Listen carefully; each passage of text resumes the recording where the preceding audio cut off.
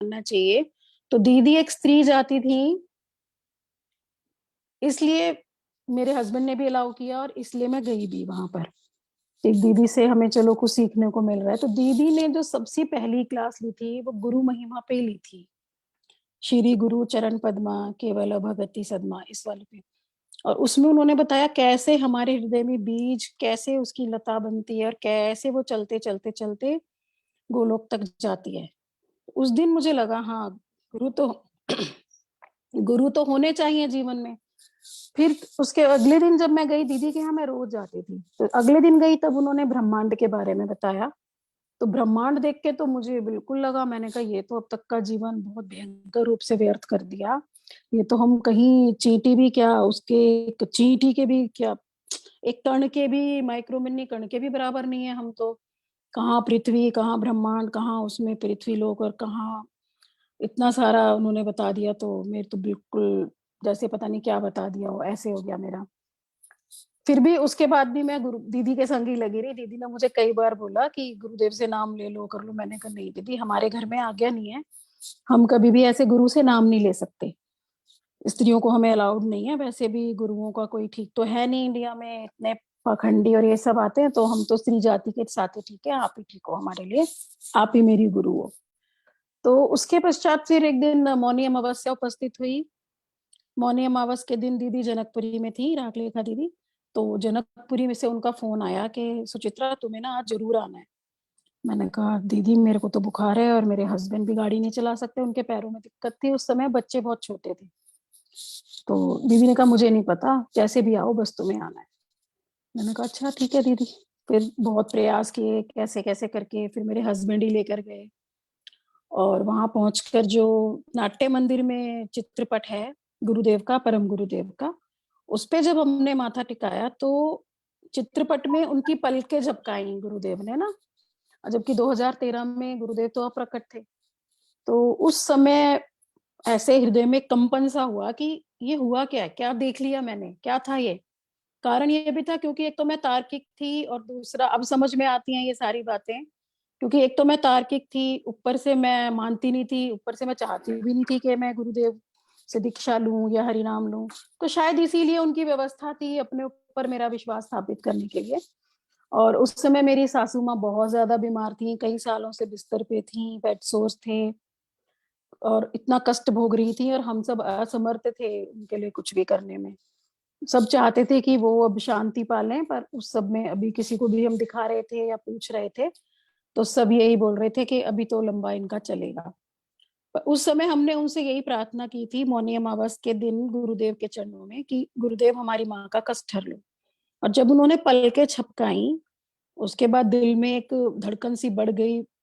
जब हम उस समय घर पर आए उसी दिन, मौनी अमावस 2013 की बात है ये। तो उसमें फिर जैसे ही हम घर आए, मैं जैसे ही घर के अंदर मैंने एंटर किया, मेरी सास ने अपने प्राण छोड़ दिए।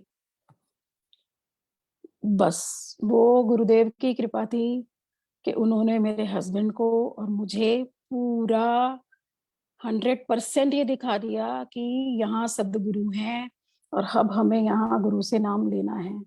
तो उन्होंने मुझे तार्किक के सारे तर्क खत्म कर दिए, पूरा विश्वास दिला दिया कि गुरु सदगुरु होते क्या हैं ये भी उन्होंने दिखा दिया। उसके पश्चात तो बस गुरुदेव में श्रद्धा बढ़ गई। फिर रागलेखा दीदी बोली, उससे पहले मैंने पूज्यपाद ब्रह्म महाराज जी के कभी भी दर्शन नहीं किए थे, ना ही उनका कभी कोई चित्रपट देखा था, ना कोई फोटो देखा था। तो दीदी बोली मेरे से कि आज ना वन महाराज आ रहे हैं, तो नवदीप परिक्रमा के लिए गुरुदेव आ रहे थे। तो वो 5 मार्च 2013 को आए थे दीदी के घर फरीदाबाद में। तो दीदी ने कहा आज आ जाओ तुम। मैंने कहा अच्छा ठीक है दीदी आ जाती हूँ। तो मैं वहां पर गई। तो दीदी ने गुरुदेव से बोला कि गुरुदेव देख लो ये हरि नाम भी करती है और एकादशी भी करती है और लहसुन प्याज भी नहीं करती, ग्रंथ भी पढ़ती है, मेरे साथ रोज आती है क्लासेस लेने। तो अब देख लो आप इन्हें हरि नाम दे रहे हो या दीक्षा दे रहे हो, जो आप देना चाहते हो वो बता दो। तो गुरुदेव ने मुझे डायरेक्ट दीक्षा ही दे दी। और उसके बाद मैं इतनी प्रसन्न हुई, पता नहीं अंदर एक अलग सा उल्लास हो गया कि हाँ अब तो, अब मैं एक सदगुरु का आश्रय मैंने ग्रहण कर लिया। अब दीदी ने मेरे पे कृपा कर दी। गुरुदेव से उतना संबंध जब भी नहीं था, क्योंकि हाँ ठीक है, हाँ गुरुदेव मिल गए मुझे, ये एक अच्छी बात थी कि मुझे खुशी हो रही थी। पर अभी संबंध की बात करो तो गुरुदेव से ना बात हुई थी, ना पहले चित्रपट देखा था, डायरेक्ट देखा था और डायरेक्ट दीक्षा मिल गई। तो उसके बाद फिर मैं अपना धीरे धीरे वॉकर से ही जाती थी, वॉकर से ही आती थी। गुरुदेव ने भी मुझे वॉकर पे ही देखा। पर धीरे धीरे, और मैं जैसे जब भी जाती थी, आप सब में पता नहीं जानते ही होंगे लोग, कि मैं चेयर पे ही बैठती थी, नीचे कभी नहीं बैठती थी। और सीढ़ियां भी बड़ी मुश्किल से, लिफ्ट से ही चलती थी। इवन ये जो हिमानी दीदी और ममता दीदी की मम्मी है, उनके घर एक बार रागलेखा दीदी ले गई थी। तो इम्पॉसिबल है मेरे लिए चढ़ना, तो सीढ़ी पॉसिबल ही नहीं था कैसे भी। दो लोग पकड़ बैठती थी पकड़ के नहीं, मुझे, बैठती हूँ। नहीं आप अभी तो चेयर पे अभी भी बैठते हैं? अभी तो मैं फिर भी नीचे बैठ जाती हूँ प्रभु जी। पर अभी तो मैं जानबूझ के बैठती हूँ ऊपर, की तकलीफ हो जाती है। पर मैं बैठ ही नहीं सकती थी। जब चेयर पे भी बैठने के लिए दो लोग मुझे बिठाते थे, चेयर पे भी नहीं अच्छा। बैठ सकती थी मैं अपने दम से। मेरे घुटनों में हम्म। बिल्कुल भी बल ही नहीं था कि वो कोई भी मूवमेंट कर सके। तो चेयर पे भी दो लोग पकड़ते थे, तब मैं चेयर पे बैठती थी। अभी तो मैं नीचे बैठ सकती हूँ, ऐसा नहीं है चेयर अवेलेबल नहीं होती तो मैं बैठ जाती हूँ, परिक्रमा पे चली जाती हूँ। चल भी नहीं सकती थी। और इवन जब गुरुदेव ने वो बंगाली डांस करवाया था, मेरे ख्याल से शायद वो 2016 था कि 17 था, ध्यान नहीं आ रहा मुझे। तो उस समय भी मेरे घुटनों में पूरी वो रिंग वाली मूवमेंट नहीं थी कि मैं घूम सकूं या ये। पर एनी हाउ करना था, तो दर्द हो रहा था मुझे उस समय, पर फिर भी मैं डांस कर रही थी। और वो मेरा, जब से मेरे को घुटने में चोट लगी थी, पहला डांस था। उस दौरान मैंने कभी डांस नहीं किया था इतने साल। तो उस दिन मैं डांस करके बहुत प्रसन्न हुई थी कि ये आज मैंने क्या कर लिया। उसके बाद तो बस फिर धीरे धीरे धीरे, अभी आज तो मैं बहुत ज्यादा ठीक हूँ, अभी तो मुझे कोई तकलीफ नहीं है। पर अभी भी अगर, अभी भी क्लिनिकली काफी डैमेज है मेरे घुटनों में। पर डॉक्टर भी हैरान है कि मैं कैसे चल रही हूँ, या मुझे दर्द क्यों नहीं है, या मैं कैसे चलती हूँ। तो वो सब गुरुदेव की कृपा है। तो वही एक कहते हैं ना, चेष्टा और कृपा, क्योंकि जाना बंद नहीं किया कभी भी, चाहे वॉकर से गई चाहे जैसे गई। तो गुरुदेव ने हमेशा मुझे चलाया, हमेशा मुझे परिक्रमाएं कराई, मेरी परिक्रमाएं कभी नहीं रुकवाई उन्होंने। इवन पीछे पीछे भी जब मेरी कोविड के समय में तबीयत भी बहुत खराब हो गई थी, उस समय भी मेरी बहुत इच्छा थी कि मैं परिक्रमा में जाऊं।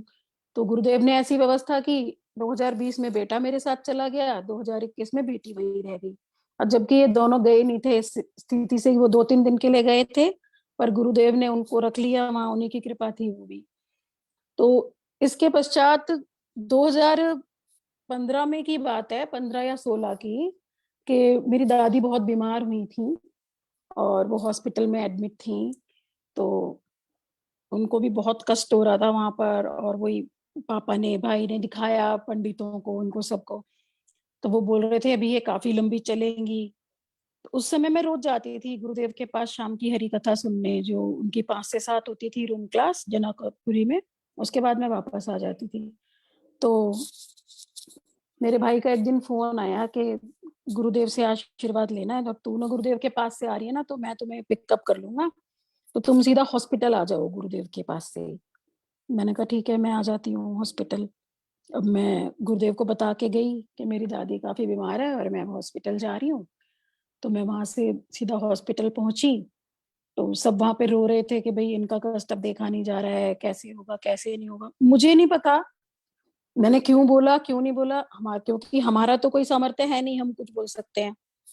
गुरुदेव ही बोले अंदर से कि आज ये जाएगी, अब नहीं रहेगी, आज इसका आखिरी दिन है, आज ये जाएगी। अब गुरुदेव ही बोले मेरे मुंह से।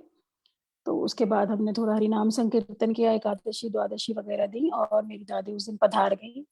हाँ, उस समय मैंने प्रार्थना की थी गुरुदेव से कि गुरुदेव मेरी दादी को सभी नरकों से बचा के, सभी नरकों से इनकी रक्षा करते हुए कृपा अच्छे स्थान पे छोड़ देना, अब ये भक्ति करें। तो ठीक है, उस टाइम हमें कैजुअल सा लगा सब कुछ सब कुछ। फिर 3 दिन बाद जब उनको शमशान में जाते हैं ना हड्डियां चुनने के लिए, फूल चुनने, तो फिर मेरा बेटा चैतन्य भी गया था वहां पर फूल चुनने के लिए, और फिर 7 बजे वो वहां से वापस आया फूल चुनकर। तो सुबह की बात है ये। तो मैंने जैसे ही दरवाजा खोला, उस समय गुरुदेव ब्राजील में या अमेरिका में कहीं थे, बाहर थे, वो जा चुके थे। तो दरवाजा खोलते ही चैतन्य के साथ साक्षात मैंने गुरुदेव को घर में घुसते हुए देखा। वो आए, आकर सोफे पर बैठे और उनका चेहरा ऐसे चमक रहा था एकदम, बहुत ब्राइट, और पसीने से लथपथ थे गुरुदेव। और सोफे पे बैठ के उन्होंने मेरी ओर देखा, स्माइल पास की, ऐसे अपना पसीना पोंछ के फर्श पे डाला, फिर गायब हो गए। मैं थोड़ी देर सन्न रह गई, मैंने ये क्या देख लिया? काँप गई मैं कि गुरुदेव तो वहाँ हैं और ये ऐसे कैसे? फिर मैं रोने लगी फूट-फूट के। फिर मैंने अपनी मम्मी को फ़ोन किया, मैंने कहा मम्मी मेरे से ये क्या हो गया? मैंने तो गुरुदेव से ऐसे प्रार्थना कर ली थी और देखो इसका मतलब गुरुदेव 3 दिन से दादी के साथ थे, उनके ट्रैवल में उनके साथ थे, अब उन्हें सेफ्टी से छोड़ के तब आकर मुझे दिखा कर गए हैं कि मैं बेटा तेरा काम करके आया हूँ। तब मेरे को हृदय में बड़ा पश्चाताप हुआ। मैंने कहा मतलब गुरुदेव 3 दिन से वहाँ थे और वो जना के भी गए मुझे आके कि बेटा तेरा काम मैं कर आया हूँ, हो गया। पसीने थे, लथपथ थे, तो ये बिल्कुल दिख रहा था कि कितनी मेहनत उन्होंने की होगी। तो बहुत शॉकिंग था, इसके लिए मुझे काफ़ी दिन तक पश्चाताप रहा और एक ये भी रहा कि हाँ, हमारे गुरुदेव उस दिन बिल्कुल ये हृदय में एकदम स्थापित हो गया कि गुरुदेव चिन्मय हैं। कहते हैं ना कथाओं में, मैंने कई बार श्रवण किया, हम सभी ने किया, कि एक जन्म की सर्वश्रेष्ठ उपाधि क्या है? अगर तुम भजन में आए तो श्रद्धा की स्टेज। श्रद्धा की स्टेज क्या है? अगर एक जन्म में हमें ये विश्वास हो जाए ना कि हमारे गुरुदेव चिन्मय हैं, सिर्फ ये विश्वास होना कि उनका शरीर हमारी तरह नहीं है, वो मनुष्य नहीं है, वो चिन्मय है, भगवान के धाम से आए हैं, तो ये स्थापित होना ही एक सबसे बड़ी उपलब्धि है एक जीवन की, कि हाँ, हमारे गुरुदेव चिन्मय और ये हमें भगवत धाम तक ज़रूर पहुँचाएँगे, 100% ये विश्वास। तो उस दिन जब मैंने गुरुदेव के ऐसे दर्शन किए, तो उस समय मुझे बिल्कुल विश्वास हो गया कि हमारे गुरुदेव चित्त हैं और अब बस जो गुरुदेव कह रहे हैं वो ही करना है। अब समाज का कुछ सुनना ही नहीं है, जो समाज में हो रहा है होने दो। बस उस समय से मैंने प्रण ले लिया कि अब गुरुदेव का संग हर जगह, हर स्थान, हर समय करना है। और उस दिन से गुरुदेव जहाँ भी होते थे, चाहे वृंदावन में हो, चाहे इधर मथुरा में हो या फिर दिल्ली में हो, कहीं पर भी हो, मेरा पूरा प्रयास रहता था कि मैं घर में चाहे कुछ भी हो रहा हो, पर गुरुदेव का संगम करना ही करना है। तो मैं हर समय गुरुदेव के पास पहुँचती थी। तो उसके बाद फिर एक और हुआ कथा कि जो बेटा है मेरा चैतन्य, उसको उसके 12th के पेपर थे, तो उसको बहुत सीरियस टाइफाइड हो गया था जनवरी में और उसके पेपर थे मार्च में। तो गुरुदेव उस दौरान मथुरा भी आए, तो गुरुदेव का फ़ोन आया, "तुम आ रही हो क्या?" मैंने कहा, "नहीं गुरुदेव, चैतन्य को टाइफाइड हो रहा है, वो हॉस्पिटल में एडमिट है।" उसके बाद हम घर आ गए, घर आके फिर से उसको दोबारा 1 महीने बाद फिर से टाइफाइड दोबारा बन गया, तो दोबारा एडमिट हो गया जबकि मैं जाने वाली थी गुरुदेव के पास। तो गुरुदेव का खुद ही मैसेज आया मेरे पास उस समय 1 महीने बाद कि हाउ इज़ चिराग? मैंने कहा वो फिर से एडमिट है, उसको टाइफाइड है। तो गुरुदेव बोले अच्छा मैं आ रहा हूँ उसे देखने, तुम चिंता मत करो। तो जैसे ही गुरुदेव घर पे आए, तो वो तो हॉस्पिटल में था, घर पे आके फिर वो गए वहाँ हॉस्पिटल। तो जैसे ही वो घर पे आए ना, मेरी मम्मी, मेरे हस्बैंड और घर में सब शुरू हो गए कि गुरुदेव अब की बार ये नवदीप नहीं जाएगी परिक्रमा, क्योंकि हम नहीं चाहते अब की बार ये जाए, इसके बेटे के फाइनल पेपर भी हैं और अच्छा नहीं रहेगा इसका जाना। तो मैं तो रोने लगी बहुत क्योंकि मेरे को आदत पड़ चुकी थी परिक्रमा जाने की, कि मुझे 1 साल भी स्किप नहीं करना, जाना ही है। अब इस परिवार का ही भरण-पोषण तो हम कर ही रहे हैं 12 महीने पूरे। ये कथा मैं इसलिए सुना रही हूँ, ताकि हम सभी को थोड़ी उत्कंठा और जगे कि ताकि हम ज़्यादा से ज़्यादा अपने घर के कार्यों को छोड़ के परिक्रमा में गुरुदेव का संग कर सकें। तो अब मेरा बेटा इतना सीवियर बीमार था, उसके पेपर थे फाइनल 12th के। पर मुझे नहीं पता, मैंने कहा पेपर चाहे जैसे दे मुझे नहीं पता, हॉस्पिटल में तो ठीक है मैंने कर ली इसकी यथासंभव सेवा, पर मैं जाऊँगी, मैं गुरुदेव से जिद करने लगी। और गुरुदेव मुझे सीरियसली आँखों में आँखें डाल के बोल के गए, समाज का भी देखना पड़ता है, इस बार तुम नहीं आओगी। मेर मेरे को बहुत बेचैनी हो गई, मैं रोने लगी घर में, बहुत ज़्यादा रोई मैं। चिराग बोला मम्मी चली जाओ, मेरे हस्बैंड बोले इतना रोने से अच्छा है तो तुम चली जाओ फिर, मैं टिकट करा देता हूँ। मैंने कहा गुरुदेव ने मना कर दिया, मैं तो नहीं जा सकती, गुरुदेव की आज्ञा के बिना थोड़ी जा सकती हूँ मैं। तुम लोगों ने ही तो मना किया गुरुदेव को कि ये नहीं जाएगी। तो मेरा रोना देख के घरवालों ने फिर गुरुदेव को फ़ोन कर दिया कि गुरुदेव ये मान नहीं रही, इसको आज्ञा दे दो। गुरुदेव बोले अच्छा इसको फोन दो, मैं समझाता हूँ। गुरुदेव ने मुझे फोन दिया। गुरुदेव बोले अरे तुम वहीं रहो, अभी बेटा बीमार है, उसके पेपर है, खाना पीना भी टाइफाइड में बहुत देखना पड़ता है। मैंने कहा तो गुरुदेव पूरे साल तुम वही तो करते हैं ना, हम स्त्रियों का तो काम ही यही है, घर में सबकी सेवा करते रहे। पर जब परिक्रमा है और हम जब भी नहीं जा सकते, तो फिर दीक्षा लेने का फायदा क्या है? ऐसा करो आप फिर दीक्षा वापस ले लो मेरे से। फिर मैं क्या मैंने की सेवा कर लेती हूँ, पति की सेवा कर लेती हूँ, बच्चों की सेवा कर लेती हूँ, क्या आवश्यकता है मुझे परिक्रमा आने की? ये तो बीमार होते ही रहेंगे हमेशा। तब गुरुदेव बोले अच्छा ठीक है, तुम्हारी इतनी उत्कंठा हो रही है तो तुम आ जाओ। फिर मैं टिकट करा के वहां चली गई। फिर गुरु फिर वहां जाके गुरुदेव इतने खुश हुए, गुरुदेव ने ताली बजाई, मुझे नहीं पता क्यों बजा रहे हैं ताली। तो मैंने गुरुदेव, राधा कांति दीदी थी, राधा कांति दीदी बोली, मैंने कहा दीदी ताली क्यों बजा रहे हैं गुरुदेव? मेरे लिए वो अजीब सा था कि ऐसे ऐसे ताली सब बजा रहे हैं, आ गई तुम। तो दीदी ने मुझे समझाया। दीदी कहती है क्योंकि तुम पुत्र की सबसे बड़ी आसक्ति होती है, और तुम पुत्र की आसक्ति छोड़कर आई हो, उसे हॉस्पिटल में छोड़कर आई हो, इसलिए गुरुदेव ने ताली बजाई है। तो इस ये व्याख्यान मैंने इसलिए सुना है कि ये सब हमारी परीक्षाएं होती हैं, क्योंकि जब हम गुरुदेव की शरण में हैं, तो ऐसा हो ही नहीं सकता कि हमारे साथ कुछ अनर्थ हो जाए, कुछ बुरा हो जाए। क्योंकि मैंने तो देखा, मैं बहुत बहुत कठिनाइयों में हर बार परिक्रमा में, बहुत बड़ी बड़ी ऐसी बीमारी की हस्बैंड की आ जाएगी, बेटी की आ जाएगी, घर में कुछ और बहुत बड़ी बात आ जाएगी, पर वो सब हमारी परीक्षा होती है। और अगर हम उसको पार करके निकल जाएं, तो वो जो समस्या घर में होती है ना, वो और भी सुंदर रूप से ठीक हो जाती है। ऐसा इसलिए क्योंकि फिर उस समय सब उम्मीद छोड़ चुके थे कि ये पेपर भी देगा 12th के। पर इसने पेपर भी दिए, इसने टॉप भी करा, और इसकी न्यूज़पेपर में फोटो भी छपी। तो ये सब क्या था? गुरुदेव की कृपा थी। तो हमें, मैं सिर्फ इसलिए बता रही हूँ कि प्रयास नहीं छोड़ना चाहिए, अब जितनी मात्रा में भी हमारा प्रयास हो, क्योंकि संसार में जितनी बाधाएं हैं ये हम पर बार बार आती रहेंगी। और एक मैं बात जरूर राग लेखा दी इनके राधा कांति दीदी के विषय में अवश्य बताना चाहूंगी, क्योंकि परिक्रमाओं पे जो कार्तिक की परिक्रमाएं शुरू कराई, वो मेरी राधा कांति दीदी ने कराई। दीदी हमेशा जाती थी परिक्रमा, और जब तक कोई इंडियन परिक्रमा में नहीं होता था, मैंने देखा सारे फॉरेनर्स होते थे, पर इंडियन लोग नहीं होते थे परिक्रमा में, तो दीदी हर बार बोलती थी अरे तुम 2 घंटे 2.5 घंटे दूर रहते हो, तुम लोग क्यों नहीं आते हो परिक्रमा में? तो हम कहते दीदी घर में बिजी होते हैं, ऐसे कहाँ आ पाएंगे हम लोग। तो दीदी एक साल मेरे घर आई 2017 में, नहीं 16 में, हाँ 2016 में आई। क्योंकि यहाँ से बुक प्रिंट होती है फरीदाबाद से, पेमेंट वगैरह वहीं यहीं से जाती है, जो गुरुदेव की बुक्स प्रिंट होती है। तो दीदी बुक्स के चक्कर में आई थी मेरे पास 6-7 दिन के लिए रहने। जबकि उस समय मुझे और मेरी बेटी को दोनों को चिकनगुनिया हो रहा था। तो मैंने कहा दीदी मैं तो असमर्थ हूँ, मैं क्या करूंगी, आप क्या क्यों आ रही हो, मतलब मैं आपको सर्व नहीं कर पाऊंगी। दीदी बोली कोई बात नहीं, तुम लेटी रहना, मैं अपना काम खुद कर लूंगी। फिर दीदी ने मुझे बहुत फोर्स किया कि तुम कार्तिक परिक्रमा चलो। मैंने कहा दीदी मैं खड़ी नहीं हो पा रही, मैं कैसे जाऊंगी परिक्रमा? तो दीदी बोली नहीं आपको चलना पड़ेगा, और ऐसा करो मेरा ग्राउंड फ्लोर पे रूम है गोपीनाथ भवन में, तो वहां पे तुम ग्राउंड फ्लोर पे मेरे पास रह लेना, और खाना मैं बना दूंगी, तुम्हारा कपड़ा भी मैं धो दूंगी, तुम सिर्फ चेयर लगा के कथा सुन लेना। गोपीनाथ भवन में ही होती है सुबह शाम हरी कथा। मैंने कहा चलो ठीक है, आपको लग रहा है तो चलती हूँ फिर, वैसे मेरे से चला तो बिल्कुल नहीं जा रहा था।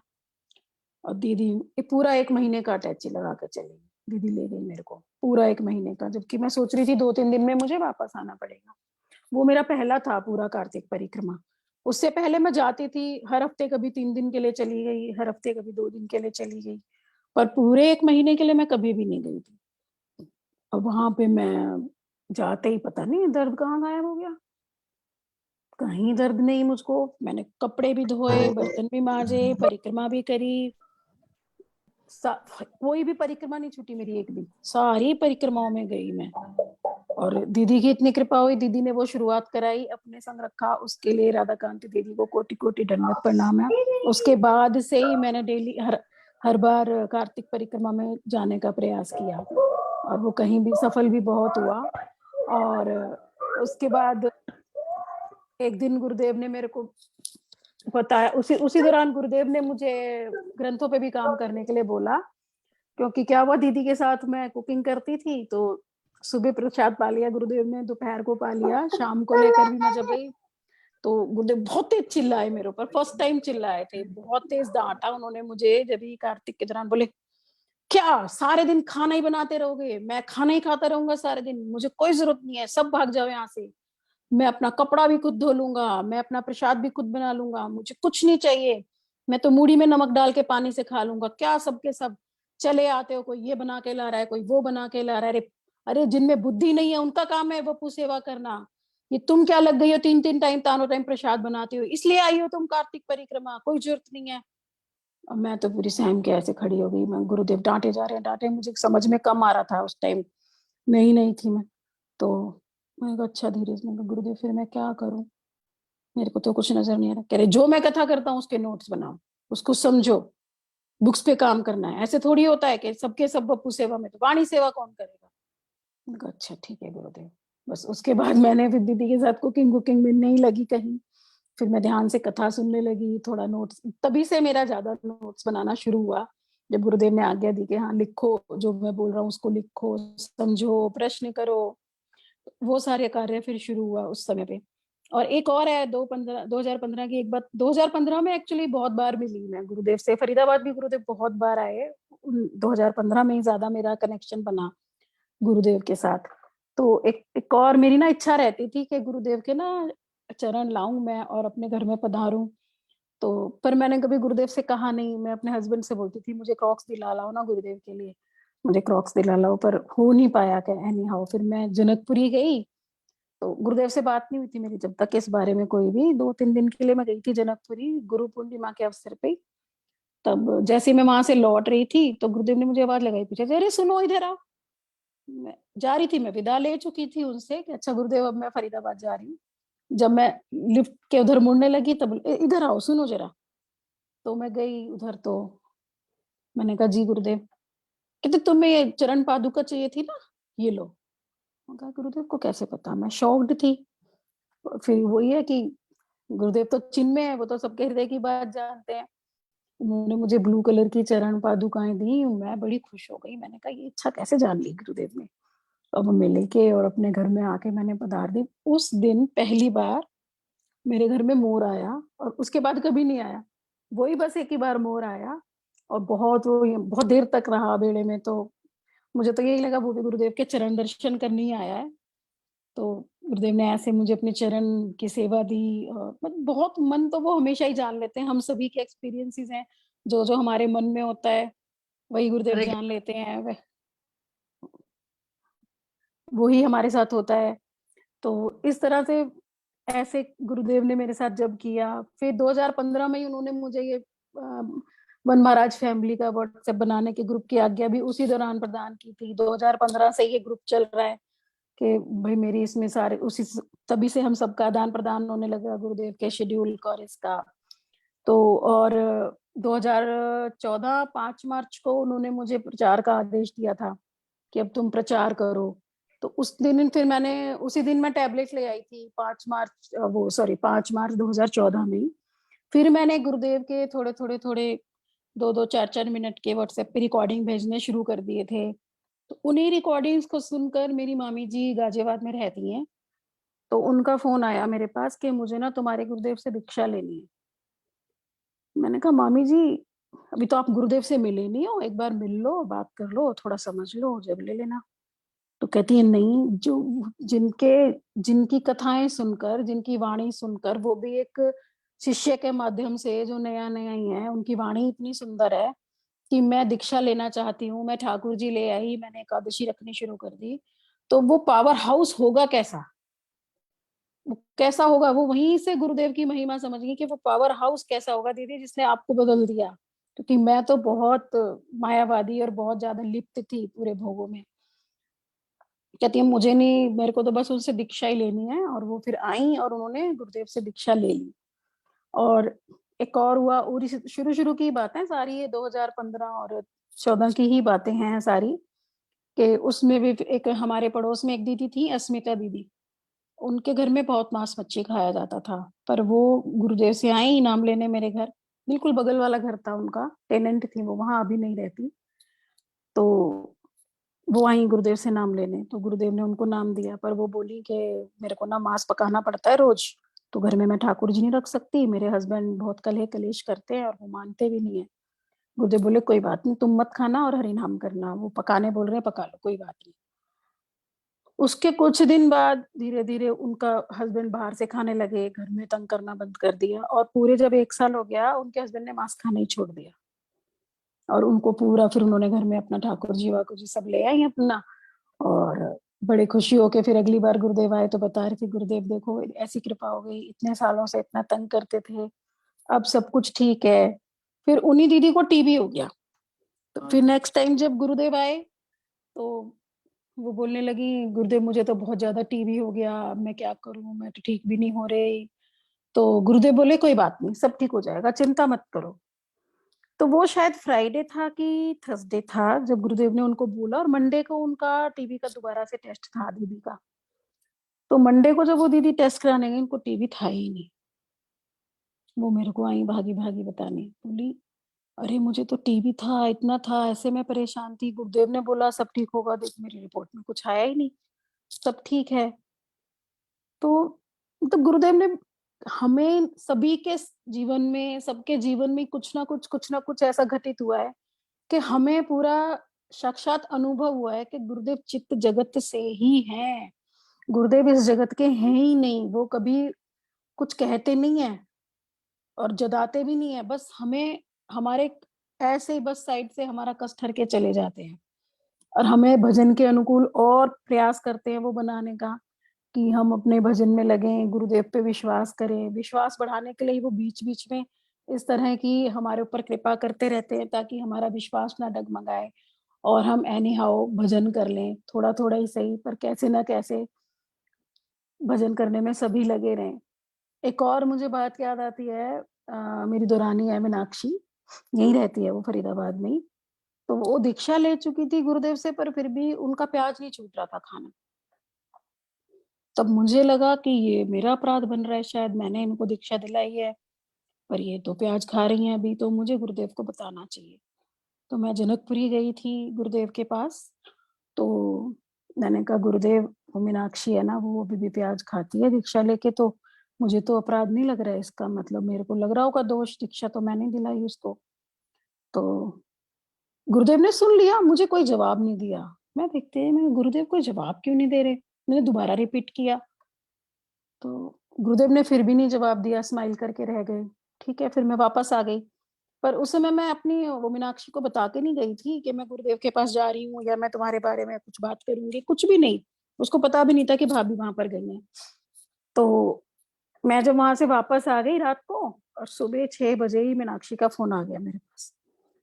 कहते भाभी, रात भर मेरे कान के पास कोई बैठा था और वो बोल रहा था तू प्याज नहीं खाएगी, आज के बाद तू प्याज नहीं खाएगी। तो क्या करी, पूरी रात मेरे कान में यही चलता रहा, भाभी कान पकड़ रही, मैं आज के बाद कभी प्याज नहीं खाऊंगी। तब मेरे को लगा, मैंने कहा अरे, मतलब गुरुदेव इसीलिए चुप थे और गुरुदेव ने अब इसकी प्याज छुड़वा दी, ये तो बड़ा चमत्कार हो गया। फिर मैंने उसको बताया, मैंने कहा मैंने कल शिकायत की थी तुम्हारी गुरुदेव से। कह रही अच्छा भाभी ऐसा भी होता है। फिर उसको भी उस दिन विश्वास हो गया कि गुरुदेव चिन्मय जगत से आए हैं यहाँ के। जब तक वो ऐसी समझती थी गुरुदेव को, हाँ ठीक है गुरु बना लिए, संत हैं, भजन करना चाहिए, उस दिन कहती भाभी गुरुदेव तो बिल्कुल चित्त हैं, बिल्कुल जो बात बताती हो आपके वहां से आए तो वहीं से आए हैं। तो धीरे धीरे हम लोगों के जीवन में ऐसा उन्होंने किया, बार बार जताने के लिए कि देखो मैं चित्त हूँ, मैं नहीं हूँ। हमारा जो शुरू में मैंने बात बताई थी कि श्रद्धा की स्टेज क्या है, बस एक जन्म में हमारे हृदय पे स्टैंप लग जाना कि गुरुदेव चिन्मय हैं, जड़ नहीं है, उनका कोई भी क्रिया जड़ नहीं है, वो चित्त वस्तु हैं। तो इसीलिए वो हम सबके जीवन में सबको कुछ ना कुछ दिखाते जा रहे हैं कि मैं चित्त हूँ। और वो विश्वास जब तक हमारा नहीं बनेगा, हमारी श्रद्धा भी नहीं होगी। तो इस जन्म में गुरुदेव हम पर ये सारी कृपा, और हम सब बहुत भाग्यशाली हैं कि हम शुद्ध भक्ति की धारा में आए, हमें शुद्ध गुरु मिले। उन्होंने हमें समय समय पर जनाया हमारे विश्वास को बढ़ाने के लिए कि वो चित्त हैं। हम इस सब उनका ऋण हम कभी कुछ भी देकर किसी भी जन्म में चुका नहीं सकते, और चुकाना चाहिए भी नहीं, चुकाना ही क्यों है। गुरुदेव के तो ऋणी रहे तो ही अच्छे हैं, और भजन में लगे रहे तो ही अच्छे हैं। तो गुरुदेव की एक और हुआ मेरे साथ, पापा मेरे एक बार बहुत बीमार हुए। धीरे धीरे बातें करते करते ना कुछ कुछ याद आता जा रहा है बीच बीच में। पापा इतने बीमार हुए, उनका लीवर पूरा डैमेज हो गया। सिगरेट बहुत पीते थे वो, चेन स्मोकर थे बिल्कुल। तो मम्मी परेशान थी, दादी दादा सब परेशान कि भाई इनका क्या होगा, कैसे इनको बचाएंगे। डॉक्टर ने भी मना कर दिया, हम इन्हें नहीं बचा सकते, सिगरेट छूटती नहीं थी उनकी। तो फिर मम्मी ने कहा अरे गुरुदेव से ही पूछ ले, कुछ हो जाए तो मैंने गुरुदेव को बताया। मैंने कहा गुरुदेव मम्मी ऐसे ऐसे परेशान हो रही हैं, तो मम्मी ने बोला आपसे पूछूं मैं। तो गुरुदेव ने मुझे नरसिंह कवच बना के दिया, कहते हैं अच्छा ये ले जाओ अपने पापा को पहना देना। मैंने कहा ठीक है गुरुदेव। तो पापा को नरसिंह कवच पहनाया। अब मेरे ख्याल से वो शायद 2016 था, 16 था शायद कि 15, 15 था, हाँ 15, 15 से भी, 15 की स्टार्टिंग या और उससे पहले, हाँ। तो मेरे पापा ने उस दिन से लेकर आज तक सिगरेट को हाथ ही नहीं लगाई। नहीं तो अलमारी का एक बॉक्स सिगरेट से भरा रहता था पूरा, एक खत्म दूसरी, दूसरी खत्म तीसरी, बस वो ऐसी छूटी। फिर जब उनको भी गुरुदेव पे विश्वास हो गया फिर कि हाँ भाई, पहले मम्मी को बोलते रहते थे कुछ कुछ, मम्मी ने भी दीक्षा ले ली थी ना गुरुदेव से। तो मम्मी को बोलते क्या तू फालतू सात संतों के चक्कर में पड़ गई है, ये है वो है। फिर पापा को विश्वास हो गया जब उनकी सिगरेट छूट गई ना। पापा कहते हैं हाँ भाई तेरे गुरुदेव में है तो कुछ ना कुछ जरूर, सच में गुरुदेव में तुम्हारे है तो शक्ति। मेरी सिगरेट छुड़वा दी उन्होंने, मेरा बिल्कुल मन नहीं करता अब देखने का। पर वो बहुत तार्किक थे, वो संतों से इतने प्रश्न करते थे मेरे पापा, वो विश्वास नहीं करते थे किसी भी चीज पे।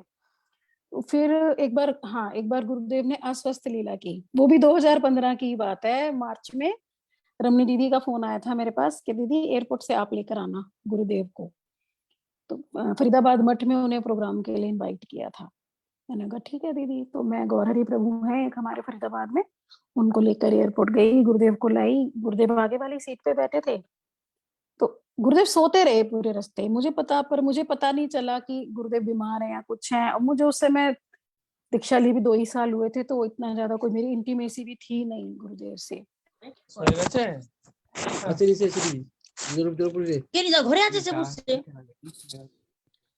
तो गुरुदेव जैसे ही फिर घर पहुंचे, घर पे मेरे काफी सारे लोग आए हुए थे। गुरुदेव से दीक्षा हरि नाम लेना था उन लोगों को, तो मेरा ये था इनको दीक्षा हरि नाम करा के फिर गुरुदेव को मठ में मैं ड्रॉप कराऊंगी। तो पर गुरुदेव तो जैसे ही आए, आते ही सोने लगे। तो मैंने रूम में तो खैर उनके लिए इंतजाम किया हुआ था रेस्ट के लिए, मगर गुरुदेव यहाँ पे रेस्ट कर लो, पानी भी नहीं पिया उन्होंने, वो रेस्ट करने चले गए। तो वो उनकी अस्वस्थ लीला थी उनकी ना, उनको बहुत हाई फीवर था, बहुत ज्यादा हाई। मैं डर गई क्योंकि मैं नई नई थी, मुझे पता नहीं था गुरुदेव की सेवा कैसे करनी है कैसे नहीं करनी। मैं डर भी रही थी, मैं क्या करूं, गुरुदेव तो इतने ज्यादा बीमार हैं और मैं अकेली हूँ, मैं इनके लिए कैसे करूंगी। अब मुझे वहां से रमनी दीदी के बार बार फोन आ रहे थे, चांदनी दीदी के फोन आ रहे थे, गुरुदेव कैसे हैं। मैं बिल्कुल अकेले, ऐसे लग रहा था मैं कैसे करूं क्या करूं। और फरीदाबाद मठ में भी बार बार फोन आ रहे थे सिद्धांति महाराज के, उनके कि कैसे है कैसे है। अब मैं, ना मुझे कुछ आता था ना, पर एनी हाउ, पर पता नहीं कैसे। और इतना तेज बुखार, गुरुदेव का बुखार टूटे ही ना। दवाई दी, डॉक्टर को दिखाया, सब कुछ हुआ। रात को मेरे हस्बैंड फिर गुरुदेव के रूम में ही सोए।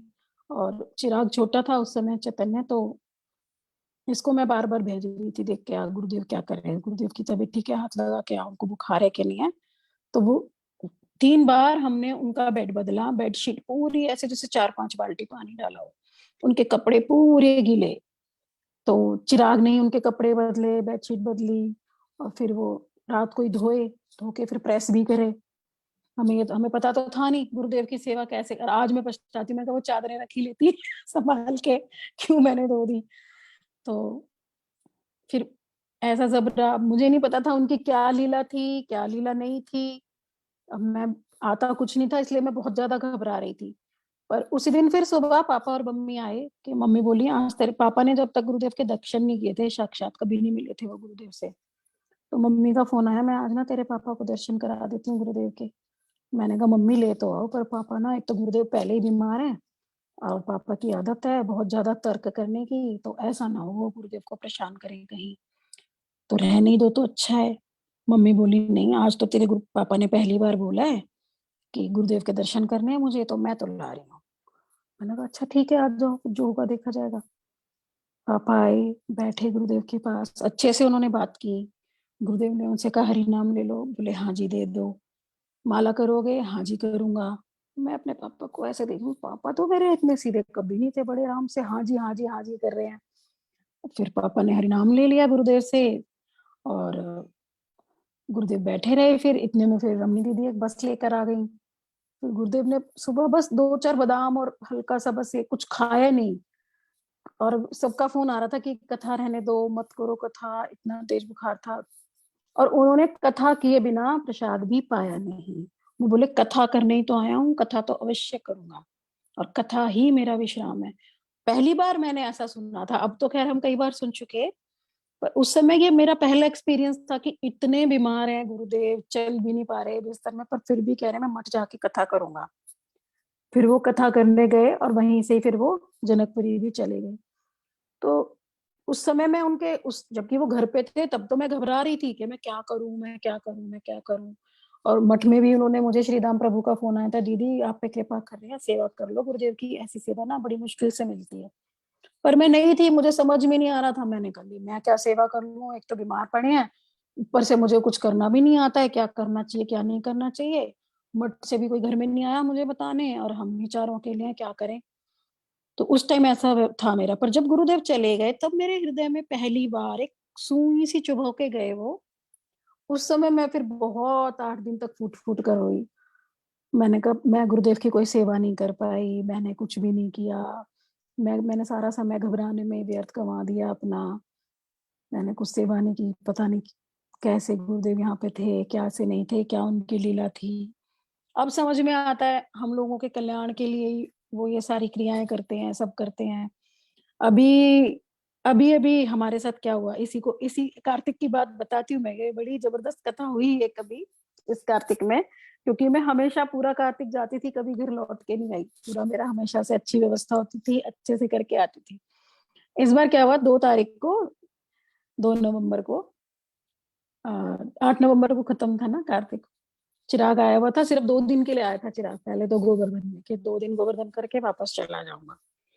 तो अब पता नहीं गुरुदेव की कृपा हुई क्या हुई, वहीं रह गया, आया ही नहीं फिर। वहीं से फिर उसके तो कार्य यही कपड़े वहीं से लो सब हुआ। उस देखो वहाँ का रुका-रुका वो अब भुज, नरेला, स्टफ कैलाश करने के बाद जब घर आया है, कहाँ 2 दिन के लिए गया था। तो इसका भी ये हुआ था 2 तारीख को मेरे को वो रूम से निकाल दिया उन लोगों ने। पहले तो बोला था आप रह लेना पूरा, फिर उन्होंने बोला कि आप हमारे ना रिश्तेदार आ रहे हैं, आपको रूम खाली करना पड़ेगा।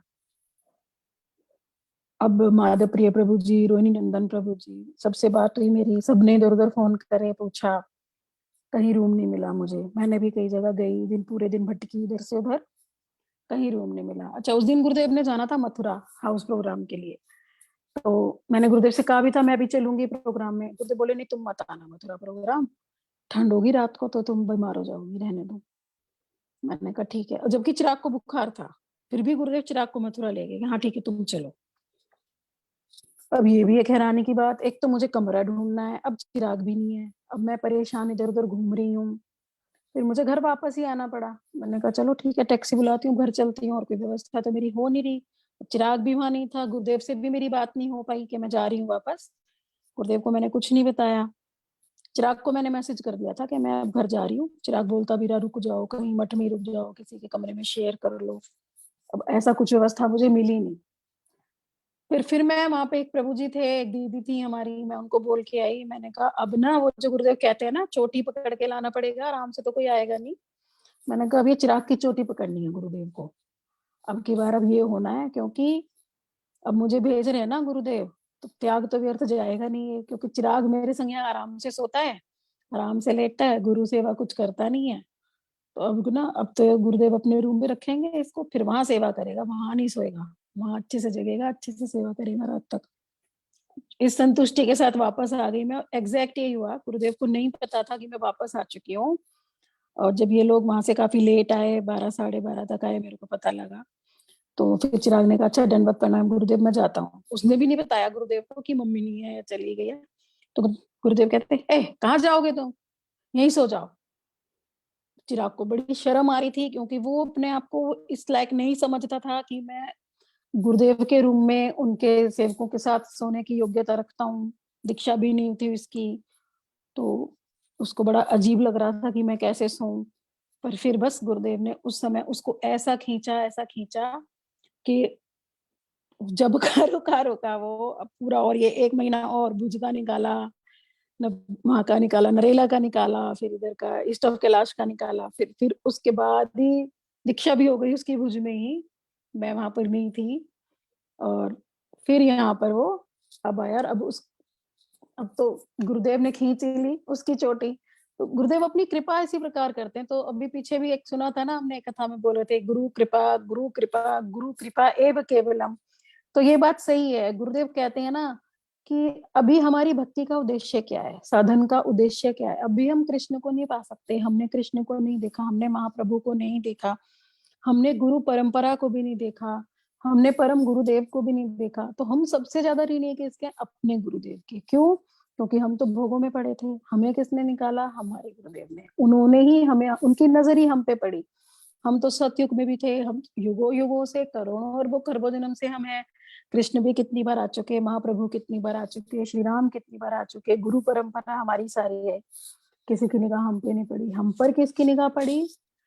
गुरुदेव की निगाह पड़ी। गुरुदेव ने हमें निकाला, गुरुदेव ने हमें भजन योग्य बनाना शुरू करा। अब भी उनका सतत प्रयास यही रहता है कि वो हमें भजन योग्य बनाएं, हम पे कृपा करें।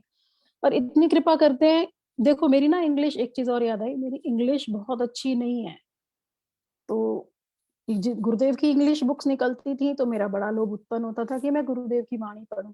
पर इंग्लिश बुक्स में ना मुझे समझ नहीं आता था क्या कह रहे हैं। क्या मैं ना गुरुदेव से बहुत जिद करती थी।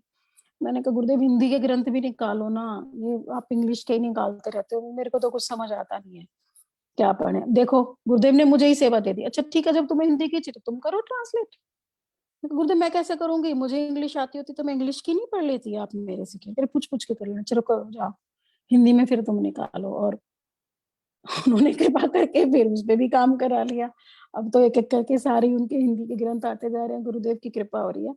पर ग्रंथ सेवा करते करते मुझे नहीं पता सबका क्या एक्सपीरियंस रहा, जो मेरा रहा वो मैं यहाँ बता सकती हूँ कि ग्रंथ सेवा भी गुरुदेव हमारी ही कृपा के लिए हमसे कराते हैं। कारण, क्योंकि ऐसे तो हम करने वाले कुछ है नहीं, पर जब हम सेवा करते हैं तब एक एक शब्द, एक एक श्लोक, एक एक सीक्वेंस इतने ध्यान से हमें करना है और इतनी बार उस पे हमें काम करना है, बार बार बार बार रिपीट रिपीट रिपीट, कि कम से कम एक ग्रंथ तो हमारे हृदय में पूरा ऐसे हो जाता है ना, पूरा अंदर ग्रैस्प कि हाँ हमें एक पेज से लेके आखिरी पेज तक अब सब कुछ पता है जो इसमें लिखा है।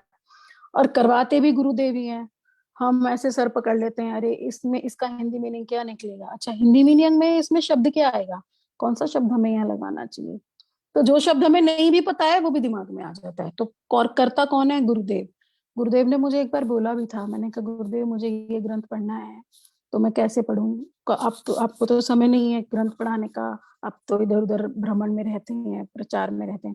मुझे बोले खुद पढ़ो। मैंने कहा गुरुदेव खुद पढ़ के कहाँ समझ आएगा? बोले जब मेरा नाम लेके पढ़ोगे तो मैं हूंगा ना, हाँ, मैं पढ़ाऊंगा तुम्हें। मैंने कहा अच्छा। फिर ये चीज अनुभव भी की कि अगर हम गुरुदेव को प्रणाम करके गुरुदेव को अपने पास बिठा के कि गुरुदेव आइए आप ही हमें पढ़ाइए, तब गुरुदेव आके सच में हमारे हृदय में प्रकाश करते हैं और हमें वो चीज वो अंदर ही हमारे हृदय में ही समझाते हैं कि हाँ ये ऐसे है। गुरुदेव ही हमसे ट्रांसलेशन करा, क्योंकि मेरी तो इंग्लिश वाकई में बिल्कुल पुअर है, आज भी पुअर ही है, मुझे नहीं आती। कोई मेरे से कहता है ना इंग्लिश ट्रांसलेशन कर दो, मेरे से नहीं होती। तो वो सारा गुरुदेव ने ही करा, माध्यम जरूर बनाया पर करते हैं वो बैठ के सारा काम सब कुछ। पर कृपा, उनकी कृपा यही है ना। और भजन जो कह रहे हैं, हरिनाम करो, गुरु का संग करो, साधु संग करो, साधन करो, हरि गुरु वैष्णव की सेवा करो। फिर उसका उद्देश्य बताते हैं, हमारा परम उद्देश्य क्या है। तो हमारा परम उद्देश्य है गुरु कृपा को प्राप्त करना। अभी हम कहें भजन से हम कृष्ण प्रेम की प्राप्ति कर लेंगे, नहीं। अभी सिर्फ हमें गुरु कृपा की प्राप्ति के लिए काम करना है, क्योंकि गुरुदेव प्रसन्न हो जाएंगे तो सब कुछ हो जाएगा। उसके लिए ठीक है, अभी हम सभी में काम क्रोध लोभ मोह मत्सरता सारे गुण भर भर के हैं। पर ठीक है, जैसे भी हम हैं गुरुदेव ने हमें अपना रखा है। और जैसे गुरुदेव कह रहे हैं उसका 1%, 2%, 3%, जिससे भी जितना प्रयास होता जा रहा है उतने प्रयास से सब करते जा रहे हैं। हमारे गुरु भाई बहनों की फैमिली बहुत सुंदर है, बहुत अच्छा लगता है मुझे सबके साथ। रमणी दीदी हैं, सतीश प्रभु हैं, राधा कांति दीदी, यमुना दीदी, प्राण गोविंद प्रभु, सुदेवी दीदी, अभी सरोज दीदी हैं। सारे हमारे गुरु भाई बहन सब इतने अच्छे से गुरुदेव से मिलने आते हैं। जब भी गुरुदेव जनकपुरी में होते हैं तो बहुत अच्छा लगता है। मैक्सिमम सारे के सारे गुरुदेव से मिलने आते हैं, सब वहीं पे होते हैं, सब गुरुदेव की क्लासेस सुनते हैं। और गुरुदेव इतना अथक प्रयास करते हैं। एक अभी और मुझे कार्तिक में गुरुदेव से बहुत अच्छी सी डांट पड़ी थी, बड़ी वाली, क्योंकि हम तो सोचते हैं ना, मेरा तो बहुत रहता है कि गुरुदेव का रेस्ट नहीं होता बिल्कुल, और गुरुदेव बहुत ज्यादा कथा करते हैं, बहुत ज्यादा परिश्रम करते हैं। सुबह भी कथा, फिर हाउस प्रोग्राम, फिर ये फिर वो, पूरा दिन रेस्टलेस, रात के भी 12-1 बजे तक, फिर 3 बजे फिर उठ जाते हैं। यही उनका कार्तिक में शेड्यूल था कि अब तो उन्हें प्रसादम सेवा भी देखनी थी, सब कुछ करना था। तो गुरुदेव थके हुए भी लगते थे, तो मैंने सबको स्ट्रिक्टली मना कर दिया, सारे अपने गुरु भाई बहनों को, कि भाई क्लास 4 बजे वाली गुरुदेव ने बोला था मैं करूंगा, तो मैंने सबको स्ट्रिक्टली मना कर दिया। मैंने कहा नहीं, गुरुदेव की ना कोई कोई नहीं आएगा यहाँ पे, ना मक्खियां आएंगी, ना तो गुड़ बिनकेगा भी नहीं यहाँ पे, तो इसलिए कोई नहीं आएगा, तो गुरुदेव रेस्ट कर लेंगे। और यही टाइम मिलता है बस गुरुदेव को रेस्ट का, क्योंकि गुरुदेव तो सुबह 3 बजे से लेके और रात के 1 बजे तक फिर टोटल बिजी, रेस्ट ही नहीं है। मैंने कहा 1 घंटे तो रेस्ट हो जाएगा। तो मैंने पर्सनली भी सबको स्ट्रिक्टली बोलिए, कोई नहीं आएगा, जो आएगा ना मैं उससे लड़ाई करूंगी, कोई नहीं आएगा 4 बजे यहाँ पे, कोई नहीं होगा तो गुरुदेव नहीं करेंगे कथा। फिर गुरुदेव को पता चल गया कि मैंने ये काम करा है, क्लास मैंने बंद कराई। फिर गुरुदेव ने मेरे को डांटा, ए क्या करती हो तुम, आती हो क्लास में? मैंने कहा नहीं। तो तुम थक जाती हो? मैंने कहा हाँ। तो तुम थकती हो तो मैं भी थकता हूँ, तुम्हारे जैसा है मेरा शरीर, क्या समझती हो तुम, आया किस लिए हूं मैं यहाँ पर? मैंने कहा अच्छा ठीक है गुरुदेव, अब नहीं मना करूंगी मैं किसी को। कहते कोई जरूरत नहीं है किसी को भी, सब आओ यहाँ पे, सब क्लास करो, कथा होनी बहुत जरूरी है। मैंने कहा गुरुदेव फिर आपको रेस्ट तो है नहीं, मेरे रेस्ट का तुम्हें क्या लेना है? तुम्हें पता भी है मैं कब रेस्ट करता हूँ कब नहीं करता हूँ, अपना ध्यान होता नहीं है तुमसे, तुम मेरा ध्यान रखोगी। मैंने कहा ठीक है गुरुदेव। बस उसके बाद मैंने किसी को कुछ नहीं बोला। फिर उसके बाद डेली क्लास हुई 4 बजे। गुरुदेव इतना थक प्रयास हम लोगों के लिए कर रहे हैं। एक्चुअली कभी कभी तो मेरा दिल रोता है कि गुरुदेव को इतना प्रयास करने की क्या आवश्यकता है, गुरुदेव को हरिनाम करने की क्या आवश्यकता है, गुरुदेव को हमारे साथ कथाएं करने की क्या आवश्यकता है, गुरुदेव को इतना इस एज में इतना भ्रमण करने की क्या आवश्यकता है। तो गुरुदेव का परिक्रमा में पैदल पैदल हम लोगों के आगे चलते हैं, उन्हें क्या, वो हमारे ही कल्याण के लिए इतना अथक परिश्रम इतनी एज में भी करते जा रहे हैं, और हम उनसे कितने छोटे हैं, हमारी एज कितनी कम है, फिर भी हम उनकी उनका प्रयास हमारे लिए देखकर भी हमारे प्रयास में फिर भी कमी है। हम नहीं करते उतना प्रयास भजन करने का जितना गुरुदेव भजन करवाने का हमसे प्रयास करते हैं। ये हम सबके हृदय की बहुत बड़ी विडंबना है कि हम ना तो गुरुदेव की समझ पा रहे हैं कि उनकी शक्ति क्या है, वो हमसे चाहते क्या हैं। यहाँ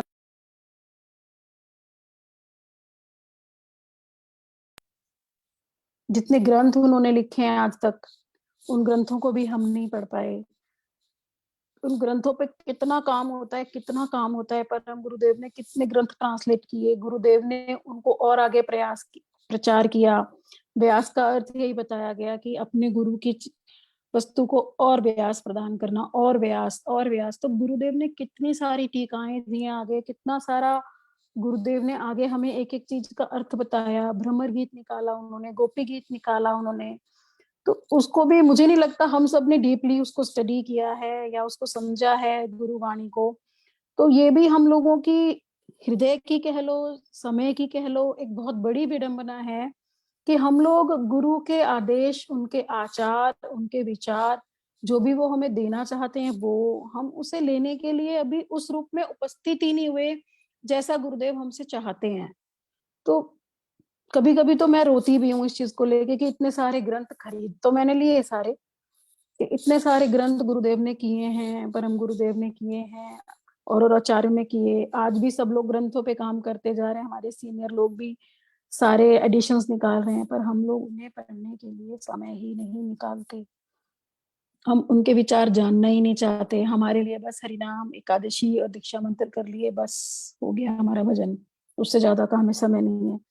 उनकी वाणी को पढ़ने के लिए अगर हमने रोज आधा घंटा भी नियत कर लिया ना, आधा घंटा सिर्फ, मैं भी उसी में शामिल हूँ, मेरा अभी अभी कोई ऐसा रूटीन नहीं है, पर मैं अपने हृदय की व्यथा बता रही हूँ कि अगर हमने आधा घंटा भी सिर्फ अगर कर लिया ना कि ग्रंथ आधा घंटा ज़रूर पढ़ना है कोई भी, तो भी ग्रंथ भागवत की कृपा हो ही जाएगी। क्योंकि जब तक हमारे हृदय में ये विचार नहीं आएँगे ना कि हमारे आचार्य कहना क्या चाह रहे थे, हमारे हमसे चाह क्या रहे थे, इतना दुर्लभ जन्म मिला, दुर्लभ में भी और ये इतना सुंदर हो गया कि शुद्ध गुरु हमें इस जन्म में मिल गए।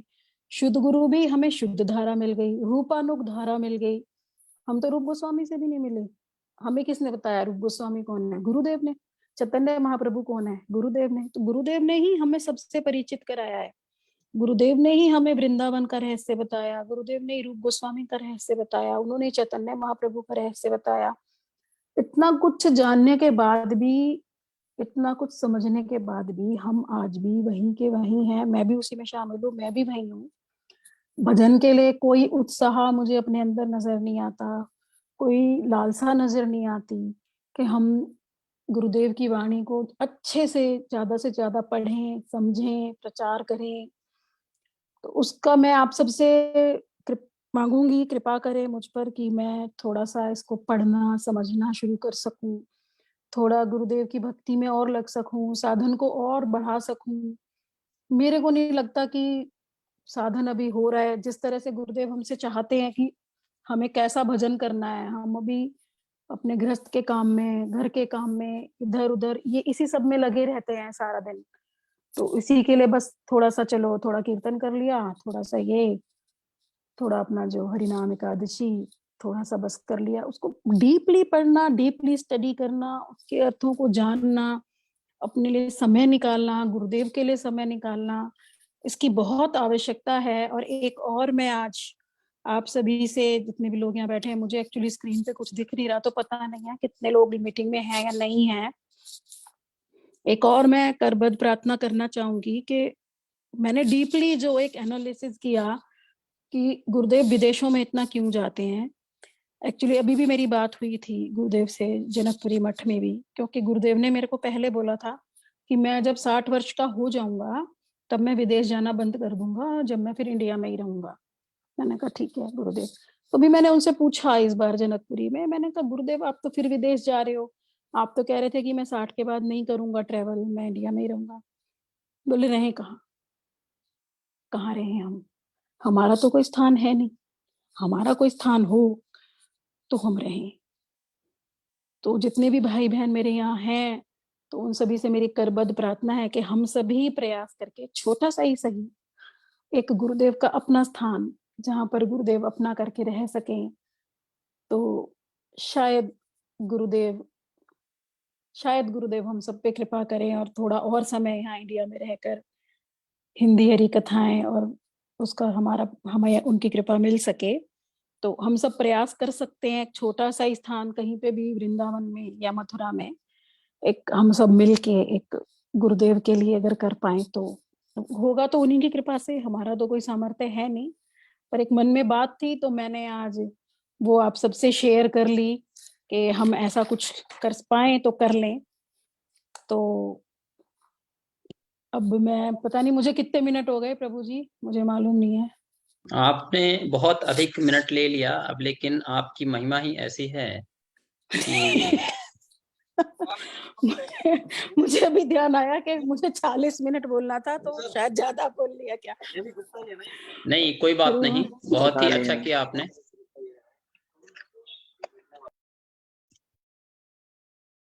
आपको जो समय मिला था वो समय मिला था 9:40 तक, लेकिन चूंकि वैभव प्रभु के गले में कुछ प्रॉब्लम है तो वो 8:40 वो बोल नहीं पाएंगे आज।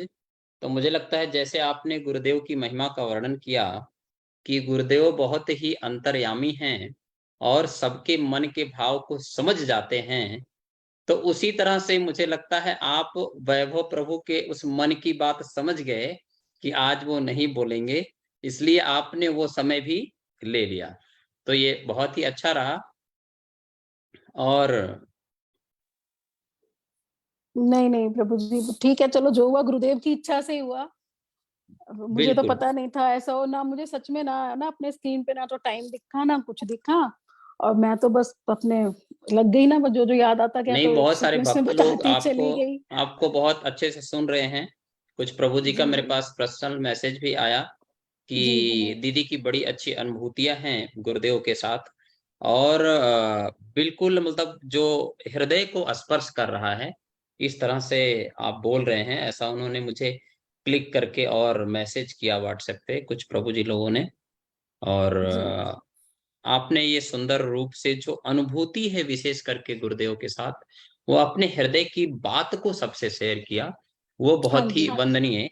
जैसा कि आपने कल भी श्रवण किया कि भक्तिवेदांत विष्णु महाराज जी ने गुरुदेव की महिमा का जो वर्णन किया, उसमें सबसे बड़ी बात ये उन्होंने बतलाई कि गुरुदेव का जो वास्तविक आभूषण है, वो सरलता है। उसका ठीक-ठीक वर्णन किया। आज आपके इस सारे तात्पर्य में क्या निकल के आ रहा है? निकल के यही आ रहा है कि जो गुरुदेव हैं, वो हम सबके हृदय की बात समझ जाते हैं, और दूसरी चीज़, जब कोई उनको कोई बात बोलता है, तो उसपे कोई रिएक्शन नहीं करते, लेकिन अपने ही हृदय से उसके हृदय में वो बात स्थानांतरित कर देते हैं। ये बहुत सुंदर अनुभूति रही। और अभी चूँकि समय अधिक हो रहा है, तो हम लोगों के बीच में विष्णुदत्त प्रभु जी हैं, तो हम विष्णुदत्त प्रभु जी से निवेदन करेंगे, प्रार्थना करेंगे, वो आएँ और गुरुदेव के बारे में बतलाएँ। विष्णुदत्त प्रभु जी।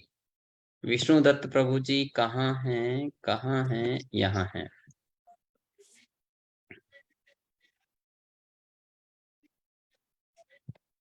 हरे कृष्णा। हरे कृष्णा प्रभु जी, दंडवत। हरे कृष्णा प्रभु, दंडवत प्रणाम। चरण कमल। ऐसे हैं। अ, कृपा है आपकी, आपको बहुत लोग सुनना चाहते हैं। कई लोग का मेरे पास मैसेज आया था कि विष्णुदत्त प्रभु को लीजिए। मैं चाह रहा था विष्णुदत्त प्रभु बाद में आएंगे, लेकिन सब लोग इतने लालायित हो रहे हैं आपको श्रवण करने के लिए कि पर्सनल मैसेज आया मुझे कि विष्णुदत्त प्रभु को जरूर पहले आप बुलवाइए। तो प्रभु जी ये ये ये बात तो मैं आपकी सत्य बोल रहा कृपा हूँ। है प्रभु जी, जो हमें बुलवा रहे हैं। मुझसे तो इतना सब बोला ये भी तो नहीं गुरुदेव जाता। की कृपा है कि आपको बुलवा रहे हैं, तो ठीक है। ठीक है। हरे कृष्णा प्रभु जी। प्रभु जी। बस ठीक है प्रभु जी। प्रभु जी अपना कैमरा तो ऑन कर लीजिए। अरे क्या करोगे कैमरे का, नहीं नहीं, बोलने सबको के लिए। पता तो लगे कि विष्णु दत्त प्रभु है कौन, इतने सारे नए नए भक्त हैं। अरे फटाफट कैमरा ऑन कीजिए तो बताइए। कर लेते हाँ हैं, आप कह रहे हो तो। हरे कृष्णा सभी को हाँ, दंडवत। बढ़िया। हरे कृष्णा। शुरू हरे करें। कृष्णा, सभी को दंडवत। हरे कृष्णा। हरे कृष्णा शुरू करें श्याम प्रभु। हरे कृष्णा हाँ जी प्रभु। प्रभु जी, हाँ जी, हाँ जी, प्रारंभ करिए। ओम अज्ञानतिर्मन्दस्य ज्ञानञ्जय शलाकया चक्षुरुन्मिलितं तस्मै श्री गुरुवे नमः। नमो विष्णुपादाय गौरपृष्ठाय भूतले श्रीमद्भक्ति वेदांत वनायति नामिने वंदेम भक्ति चक्रम गुरंगा निजापृष्ठम श्रीमद्भक्ति वेदांत स्वामी वनम नमस्तभ्यम। श्री राधा एकानिष्ठाम रसायना कथाम तम संकीर्तनंदाम गोस्वामिनम वनम नमः।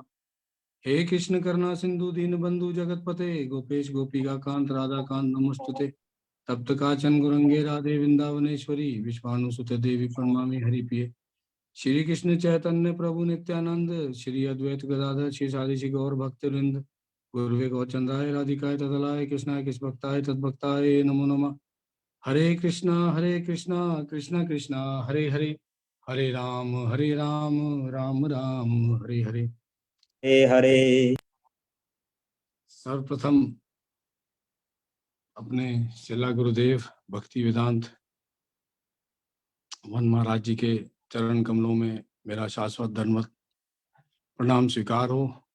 तत्पश्चात ओम विष्णुपाद अष्टोत्तर शत श्री श्रीमद भक्ति वेदांत श्री नारायण गोस्वामी महाराज जी के चरण कमलों में मेरा शाश्वत दंडवत प्रणाम स्वीकार हो, और सभी वैष्णव वृंद सभी गुरु भाई बहनों के चरणों में मेरा सादर शाश्वत दंडवत प्रणाम स्वीकार हो।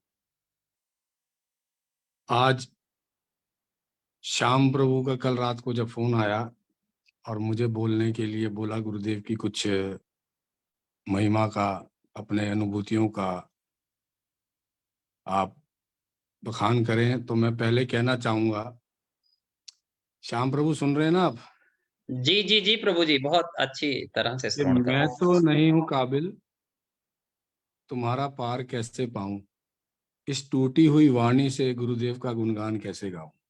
हैं। अद्भुत। सच्चाई ये है कि इस लेवल तक मैं पहुंच ही नहीं पाया कभी कि मैं गुरुदेव की क्या क्या व्याख्यान करूं। वो इतनी अनंत शक्तियों के साथ, कह सकते हैं साक्षात भगवान नित्यानंद प्रभु का प्रकाश स्वरूप है, जिन्होंने मुझ जैसे पापी और अधम को, जिसे कहते हैं ना राक्षस योनि में अगर कोई पैदा हुआ इस कलयुग में, तो मैं अपने आप को समझता हूँ, क्योंकि मेरा जन्म एक पंजाबी परिवार में हुआ। शुरू से नॉनवेज और सब कुछ देखा और चलता रहा। उसके बाद मेरा विवाह हुआ रमनी शिरोमणि जी के साथ, और करते करते करते करते उन्होंने गुरुदेव से दीक्षा ली। उसी के दृढ़ विश्वास के साथ मैं पहली बार दर्शन कर पाया परम गुरुदेव श्री नारायण गोस्वामी महाराज जी के। और सच्चाई बताएं तो ये रमन बिहारी गौड़िया मठ में लाने वाला मैं था उसको, क्योंकि जब ये मठ बन रहा था हम पार्क में आते थे। और उसके बाद वो वन महाराज जी के सानिध्य में आई, उसने दीक्षा कब ग्रहण करी मुझे पता भी नहीं चला, मुझे साल भर लग गया इस बात का पता चलने में।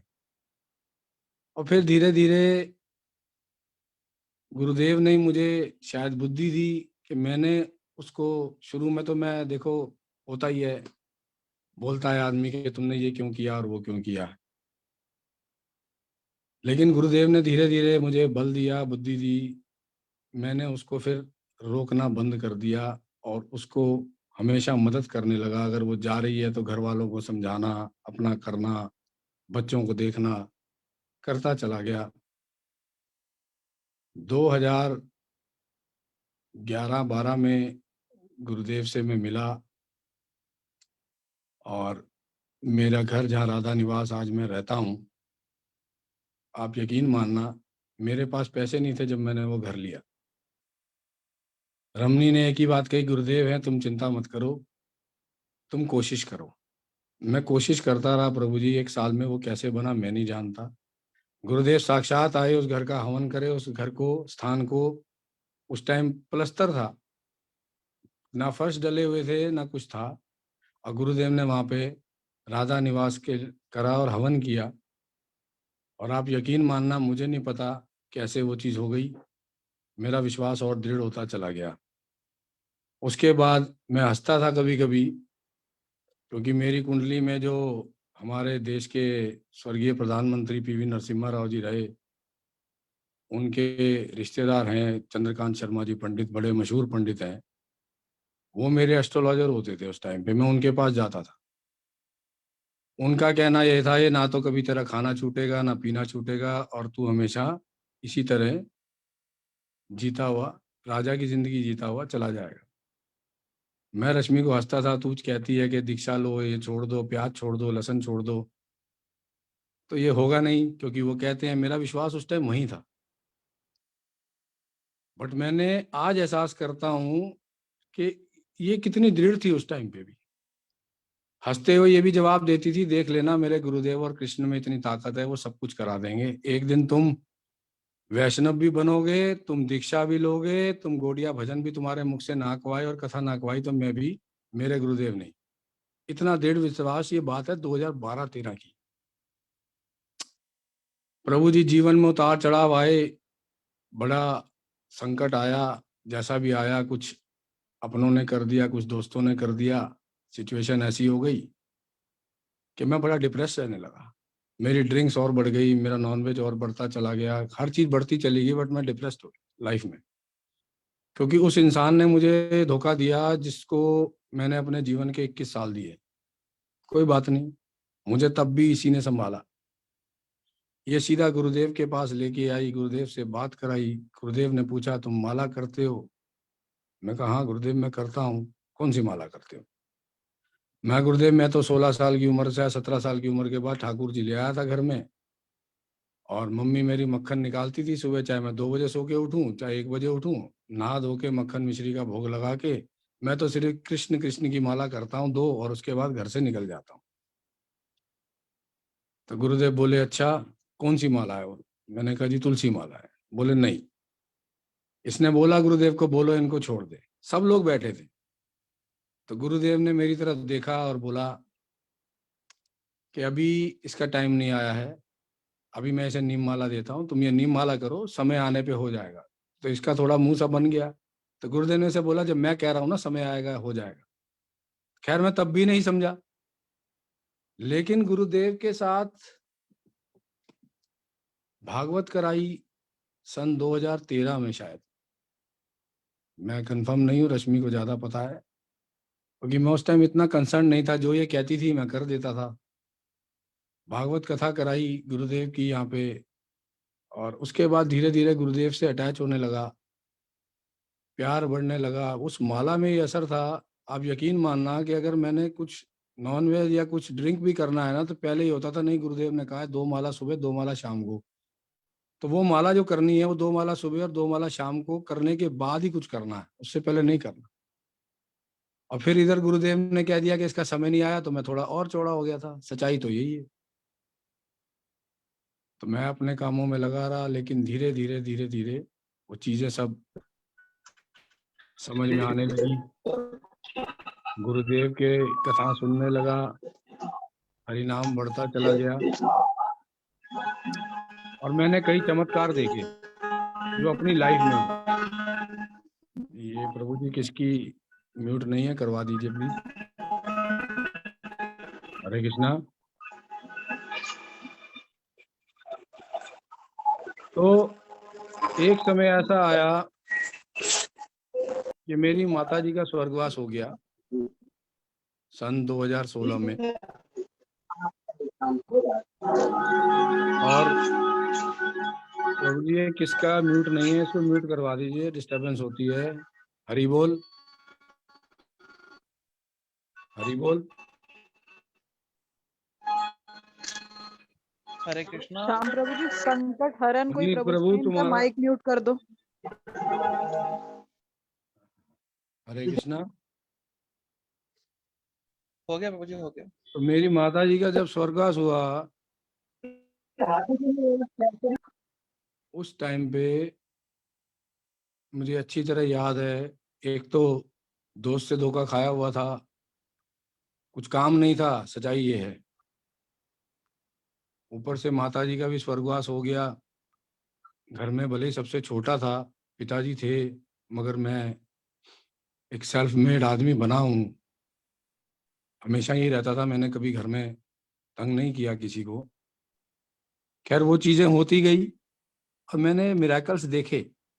वो जो हरि नाम था, गुरुदेव का संग था, गुरुदेव जब भी आना, गुरुदेव से मिलना, और सबसे बड़ा जो रोल था वो शिरोमणि रमणी का था।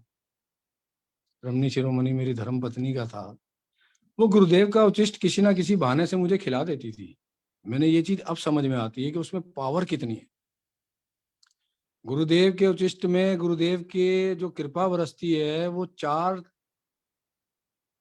चीजों से बरसती है। उनकी दृष्टि से, जब वो मैं उनसे मिलता था वो मुझे हमेशा गले मिलते थे, कभी एहसास ही नहीं होने देते थे, प्रेम इतना देते थे। वो दृष्टि भर देख लेते थे अच्छे से, दिल में पता नहीं क्या हो जाता था, पता ही नहीं चलता। फिर कभी कभी गुरुदेव की कॉल आ जाती थी, जब मैं परेशान होता था रात को, अचानक स्काइप पे कॉल बज जाना उसी टाइम। तो ये मिरेकल्स मैंने देखे। मैं परेशान हूँ, मैं रो रहा हूँ, मैं रमनी को कह रहा हूँ मुझे गुरुदेव से बात करनी है, मेरा दिल कर रहा है उनसे बात करने को, और वो कहती है अब इस समय पता नहीं, देखो आ जाएगा फोन, मैसेज करेंगे। तो इतने में कॉल बजी। ये बात मेरे साथ एक बार नहीं हुई, कई बार हुई। मेरा विश्वास और दृढ़ होता चला गया। फिर जैसे जैसे मैं गुरुदेव से मिलता, मैं थोड़ी थोड़ी अपनी, गुरुदेव पूछते काम ठीक है, फिर मैं बताता गुरुदेव ऐसे है, गुरुदेव ऐसे है। वही बात गुरुदेव कहते अच्छा कोई बात नहीं, देखते हैं। तो करते करते सब चीज स्मूथ होने लगी। हर वो इंसान मिलना शुरू हो गया जो मेरी मदद करके मुझे उस सिचुएशन से बाहर लाके खड़ा करता चला गया। हर वो शख्स मिलता चला गया और बुरे शख्स सब छूटते चले गए। तो ऐसे ही गुरुदेव आए हुए थे 2018 में। मेरी मम्मी की बरसी थी, गुरुदेव जनकपुरी मठ में थे। मैं गुरुदेव के पास पहुंचा और मैंने बताया जैसे जैसे बरसी है। मैं बैठा हुआ था गुरुदेव के चरणों में, रूम नंबर 202 में। और गुरुदेव ने मेरे सर पे हाथ रखते ही पहला वाक्य ये बोला, मुझ पे विश्वास है। मैं बड़ा स्तब्ध रह गया। मैं गुरुदेव कैसी बात कर रहे हैं, मैं यहाँ तक जो पहुंचा हूँ आप ही के उससे पहुंचा हूँ। मुझे इस नरक से जो निकाला आपने, जो दुखों से मेरा बाहर हटाया मुझे, वो आप ही ने दिया। और आप कह रहे हैं विश्वास है। तो बोले आप बेटा समय आ गया, सब कुछ त्याग दे, दीक्षा लेने का समय आ गया तेरा। अब श्राद्धों के दिन थे, 2 दिन बाद नवरात्रे थे। मैंने कहा अच्छा गुरुदेव ठीक है, आप जैसे कहें, मैं 2 दिन बाद आता हूँ। मैं कह के सब चीज करके चला गया गुरुदेव का आशीर्वाद लेके। और रात को जाके अपने दोस्त के साथ गया, मैंने विस्की ली। उसके बाद चिकन शॉप पे गया, ऑर्डर दे दिया। उसने ड्रिंक्स डाल दी, बट मेरी हिम्मत ही नहीं हो रही थी। मेरे जहन में एक ही बात घूमे जा रही है, गुरुदेव के विश्वास है कि नहीं, गुरुदेव ने ऐसी बात कैसे कह दी, मैं तो बहुत विश्वास करता हूँ। तो वो जो शराबी दोस्त था मेरा, वो आज भी शराबी है, सच्चाई यही है। वो आज भी पीता है, और वो वैसे ही पीता जैसे 24 घंटे हम पीते थे, या 24 दिन पीते थे, या 24 घंटे में कभी भी कुछ भी। उसके मुख में गुरुदेव आए या क्या, उसने बोला मुझे नहीं समझ आया। उसने सिर्फ मुझे एक ही बात बोली, तुझे गुरुदेव पे विश्वास है? मैंने कहा है। तो उसने बोला कि अगर है तो इस चीज को अभी त्याग दे। ये छूटेगी तो आज ही छूटेगी, नहीं तो जीवन भर नहीं छूटेगी। इसका मतलब तुझे गुरु पे विश्वास नहीं है। तो आप यकीन मानना, मैंने सब शराब बाहर गाड़ी से फेंक दी, सब चिकन फेंक दिया। मैंने गाड़ी लगाई जूस के वहां पे, और मैंने 4 गिलास जूस पिया, उसने 4 गिलास विस्की पी। और मैं अपने घर गया रात को 12 बजे। और मैंने रश्मि को बोला मुझे आज से मैंने सब छोड़ दिया, क्योंकि मदर की डेथ के बाद मैंने नॉनवेज खत्म ही कर दिया था अपनी लाइफ से, और विस्की मेरी छूट गई। तब खुशी खुशी का इसका ठिकाना नहीं था। और गुरुदेव से इसने मुझे दीक्षा दिलाई, सुबह माला दिलाई। और गुरुदेव ने बोला नाम जो स्पिरिचुअल देते हैं, बोले मैं आऊंगा अगले महीने, तो घर पे आके हवन करूंगा, और फिर वहां से बात करेंगे, वहां पे देंगे। तो वहां पे जाके गुरुदेव ने हवन किया। शायद दामोदर प्रभु यूके वाले वहां थे, हवन के टाइम पे मौजूद थे, आप थे शायद, श्याम प्रभु जी।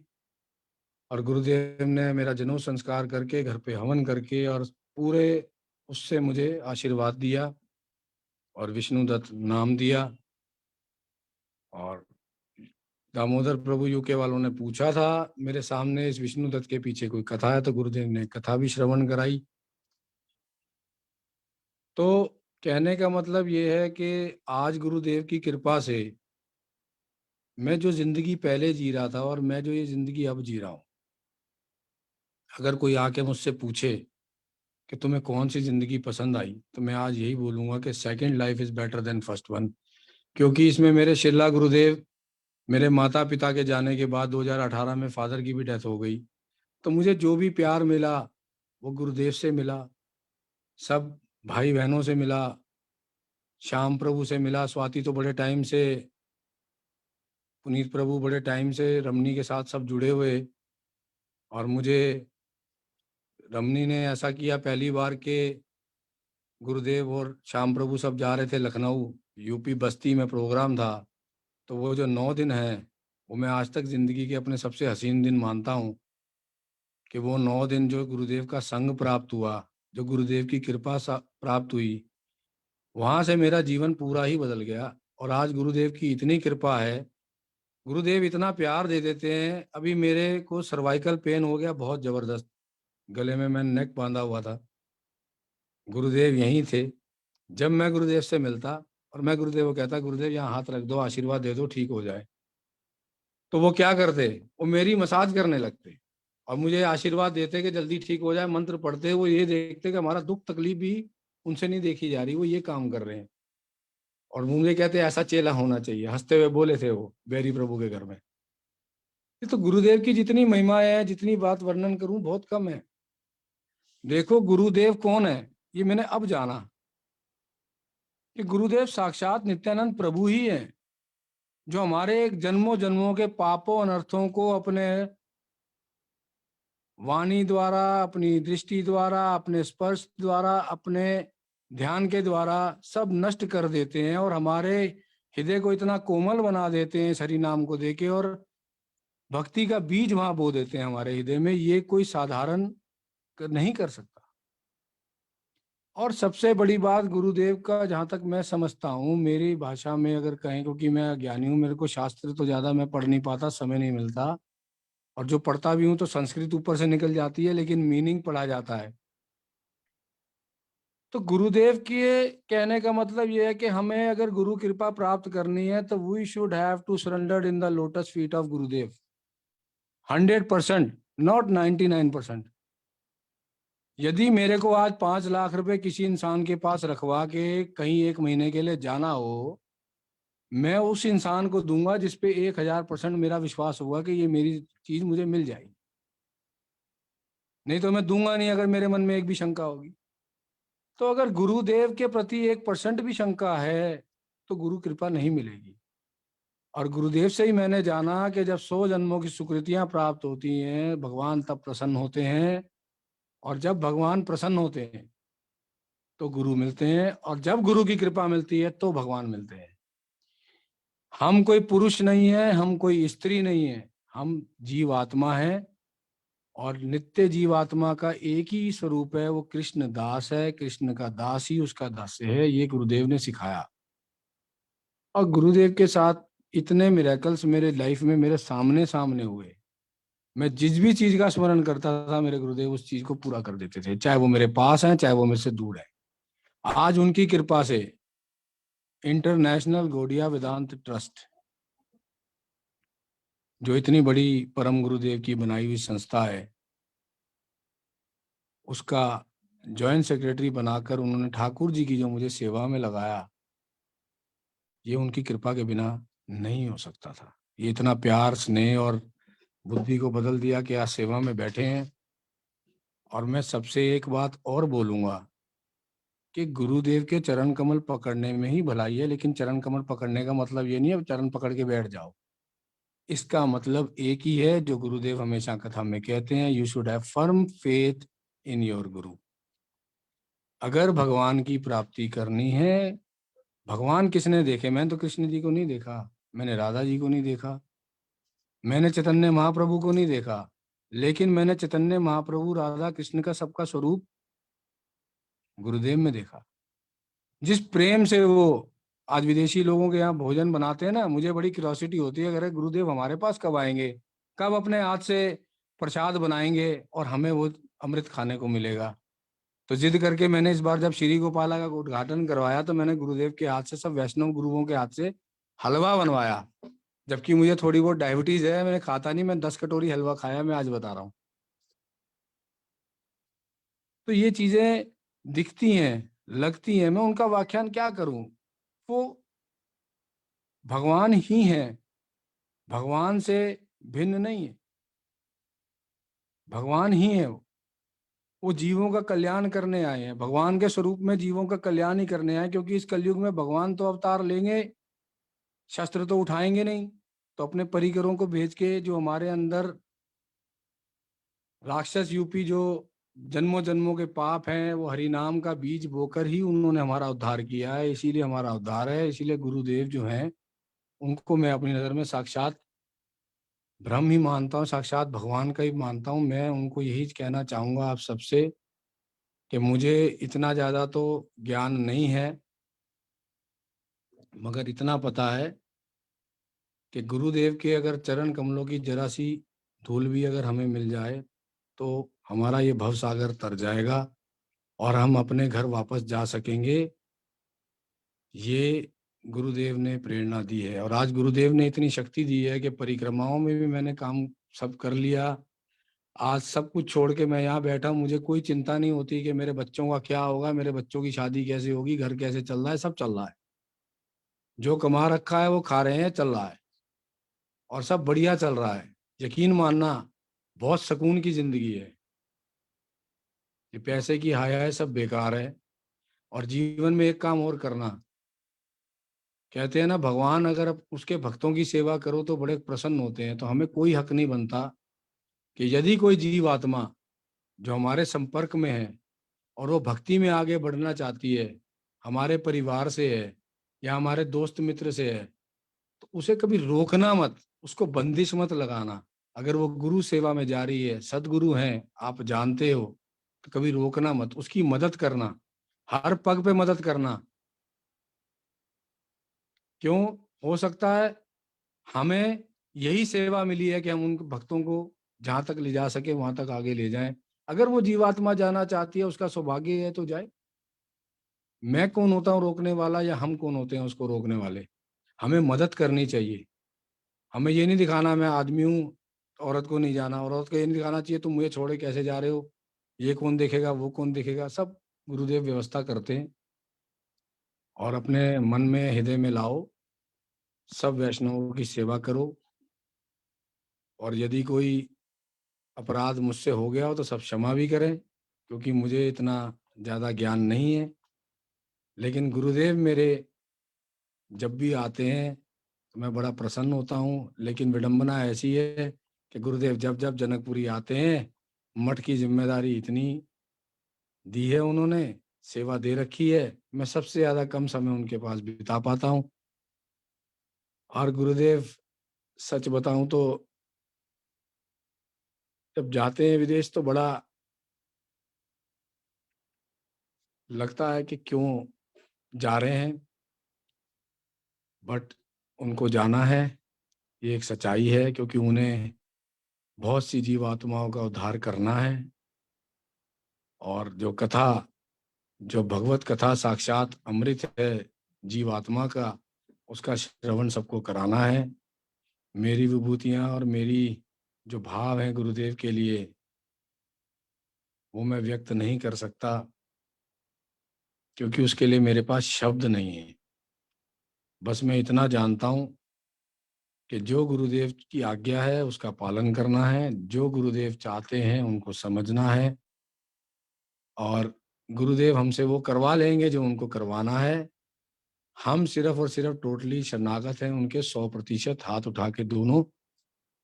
गुरुदेव अगर बोलेंगे कल ये काम करना है तो वो काम करना है, चाहे दुनिया इधर की उधर हो जाए, हमें फर्क नहीं पड़ना चाहिए। और मुझे तो नहीं पड़ता। मैं तो आज की डेट में सब सोचता हूँ कि जो ये दूसरा जीवन मुझे मिला है, ये गुरुदेव ने ही दिया है। भगवान ने जैसे सबका उद्धार किया और जीवन दिया सबको, ऐसे ही गुरुदेव ने मेरा ये दूसरा जीवन है। और मेरे को यहाँ तक, गुरुदेव तक पहुँचाने के लिए मैं हर बार अपने पहले गुरु मानता हूँ उसको गुरु, चाहे वो मेरी धर्मपत्नी है। क्योंकि अगर वो नहीं होती या वो नहीं चाहती हृदय से, उसका भी दृढ़ संकल्प था कि आप इस सब चीज़ों को त्याग के गुरु सेवा में आओ, उसको भी नमन करता हूँ हर बार। ठीक है, पति हूँ, कभी कभी डांट देता हूँ, कभी कभी गुस्सा होता है, ये तो प्यार में चलता रहता है, रूठना मनाना सब चलेगा। बट गुरुदेव जो है हमारे, मेरे पास शब्द नहीं है। इसी बात को कह के मैं अपनी वाणी को विराम देता हूँ। वांछा कल्पतरुभ्यश्च कृपा सिंधुभ्यो पतितनां पावनेभ्यो वैष्णवेभ्यो नमो नमः। धन्यवाद।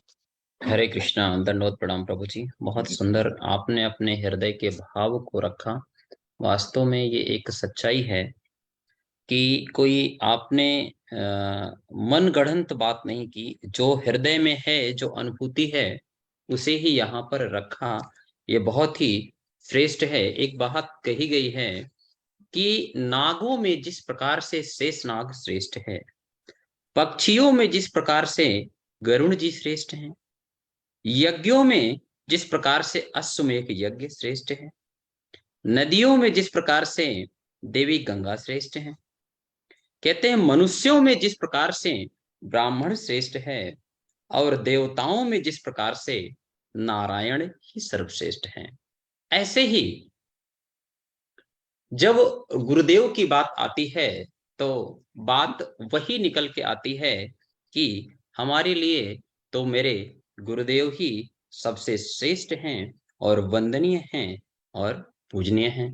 इतनी सारी बात हुई गुरुदेव के विषय में। हम लोग लगभग 2 घंटे से श्रील गुरुदेव की इस महिमा को श्रवण कर रहे हैं।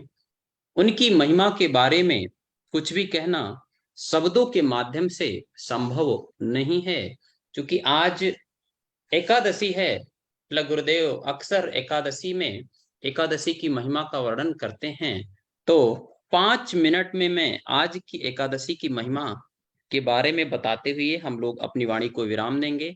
पुनः हम लोग ठीक 8 बजे आएंगे और फिर गुरुदेव की महिमा को श्रवण करेंगे। गुरुदेव की महिमा तो अनंत है, अनादि है, उसकी चर्चा हम लोग करेंगे। आज सफला एकादशी है, जिसके बारे में युधिष्ठिर महाराज ने श्री भगवान से प्रश्न किया कि प्रभु आज सफला एकादशी की महिमा बतलाइए। बहुत ही संक्षेप में मैं बता रहा हूं। तब यहाँ पर भगवान ने युधिष्ठिर महाराज से कहा कि हे महाराज, आज के एकादशी की ये महिमा है कि महिष्मती नगर में चंपावती नाम की एक प्रसिद्ध नगरी थी। ध्यान से समझना और सुनना।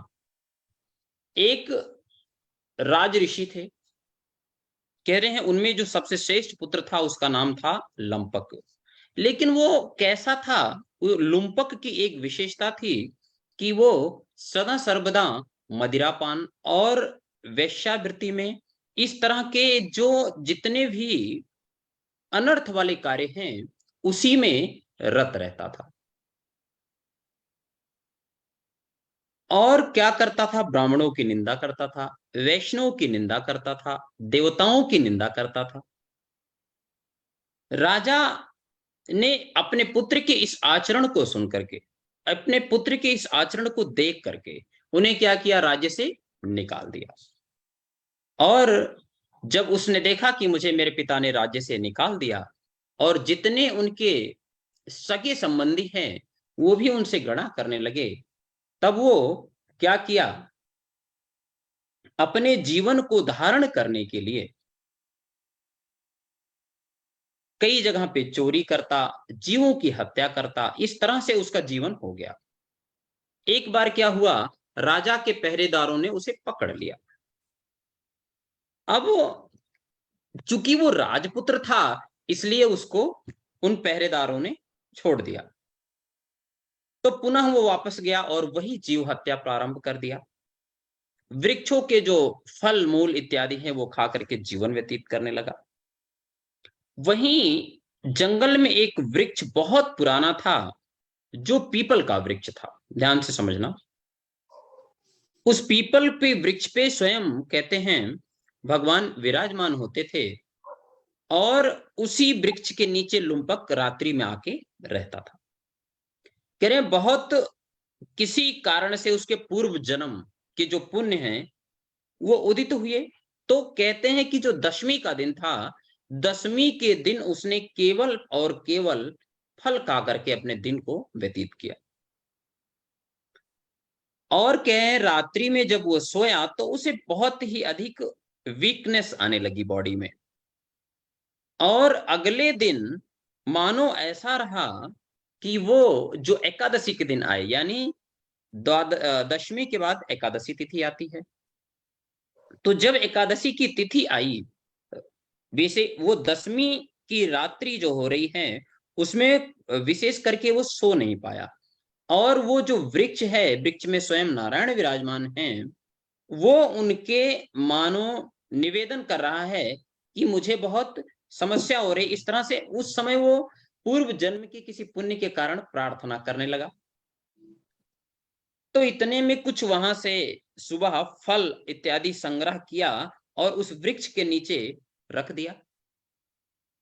रखने के बाद वो प्रार्थना कर रहा है कि मेरे शरीर में बहुत ही दर्द इत्यादि हो रहा है, इसलिए हे भगवान मेरी रक्षा करो। ये कहते कहते उसका वो जो एकादशी वाला दिन था वो व्यतीत हो गया। एकादशी के दिन यानी उसने अन्न ग्रहण किया नहीं। तो क्या हुआ, देव योग से सौभाग्यवश वो जो लुम्पक का था एकादशी का व्रत पूरा होगा, बाई चांस, बिना प्रयास के उसको ये बात नहीं पता थी कि आज एकादशी है, लेकिन गलती से उसे क्या हुआ, एकादशी के व्रत का जो अनुष्ठान था वो पूरा हो गया। अब चूंकि वो जो वृक्ष था वो वृक्ष कोई साधारण नहीं था, बहुत पुराना था और स्वयं नारायण का वास था।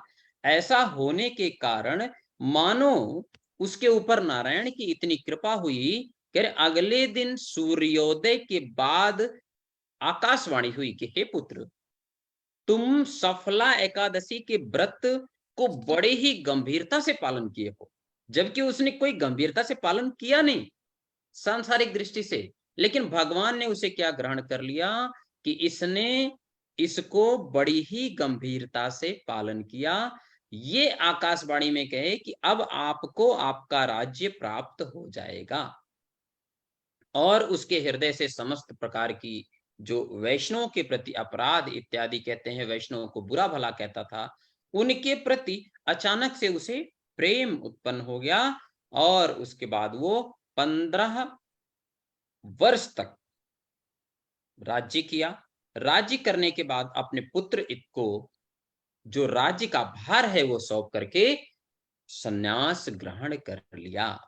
इसलिए कहते हैं यदि कोई एकादशी का व्रत पालन करे बड़ी ही ईमानदारी के साथ, तो उसके बारे में कहना ही क्या, इससे आप समझ सकते हैं। और आज हम लोग गुरुदेव की महिमा को श्रवण भी कर रहे हैं, तो ये गुरुदेव की बहुत ही विशेष कृपा कि वो नित्य प्रति अपने समस्त शिष्यों को किसी न किसी भगवत सेवा में नियुक्त रखते हैं कि जिससे उनका मन विषय की तरफ ना जाए और केवल श्री गुरु और वैष्णव भगवान की सेवा में ही नियुक्त रहे। ऐसे गुरुदेव को बार बार प्रणाम है, उनके श्री चरणों में बार बार यही प्रार्थना।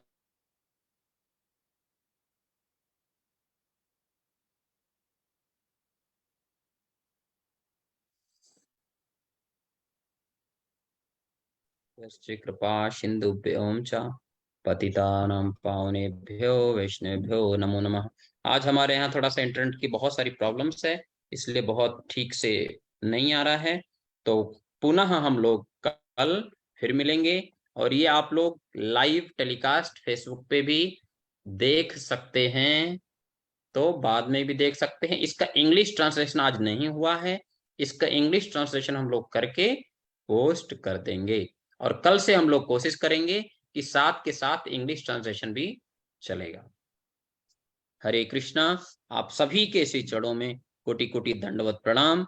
विशेष करके आज सुचित्रा दीदी ने अपने अनुभव को बहुत ही सुंदर रूप से प्रकाशित किया, प्रकट किया, और विष्णुदत्त प्रभु ने बहुत ही सुंदर और अपने हृदय के भाव को निकाल करके यहाँ पर रख दिया।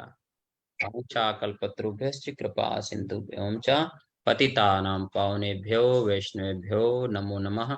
आप सबसे पुनः प्रार्थना कि आप लोग समय पर आइए और अपने इस वास्तविक जो मनुष्य जीवन है इसका वास्तविक लाभ उठाइए। हाँ, आप सब लोग बहुत सारे लोग। हरे कृष्णा।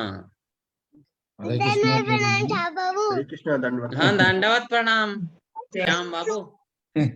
हरे कृष्णा प्रभु जी, दंडवत प्रणाम। हरे कृष्णा हरे कृष्णा। दंडवत बेटा, दंडवत। हरे कृष्णा दंडवत। पुनः हम लोग कल मिलते हैं समय से। हरे कृष्णा। हरे कृष्णा दंडवत दंडवत प्रणाम। प्रणाम। हरे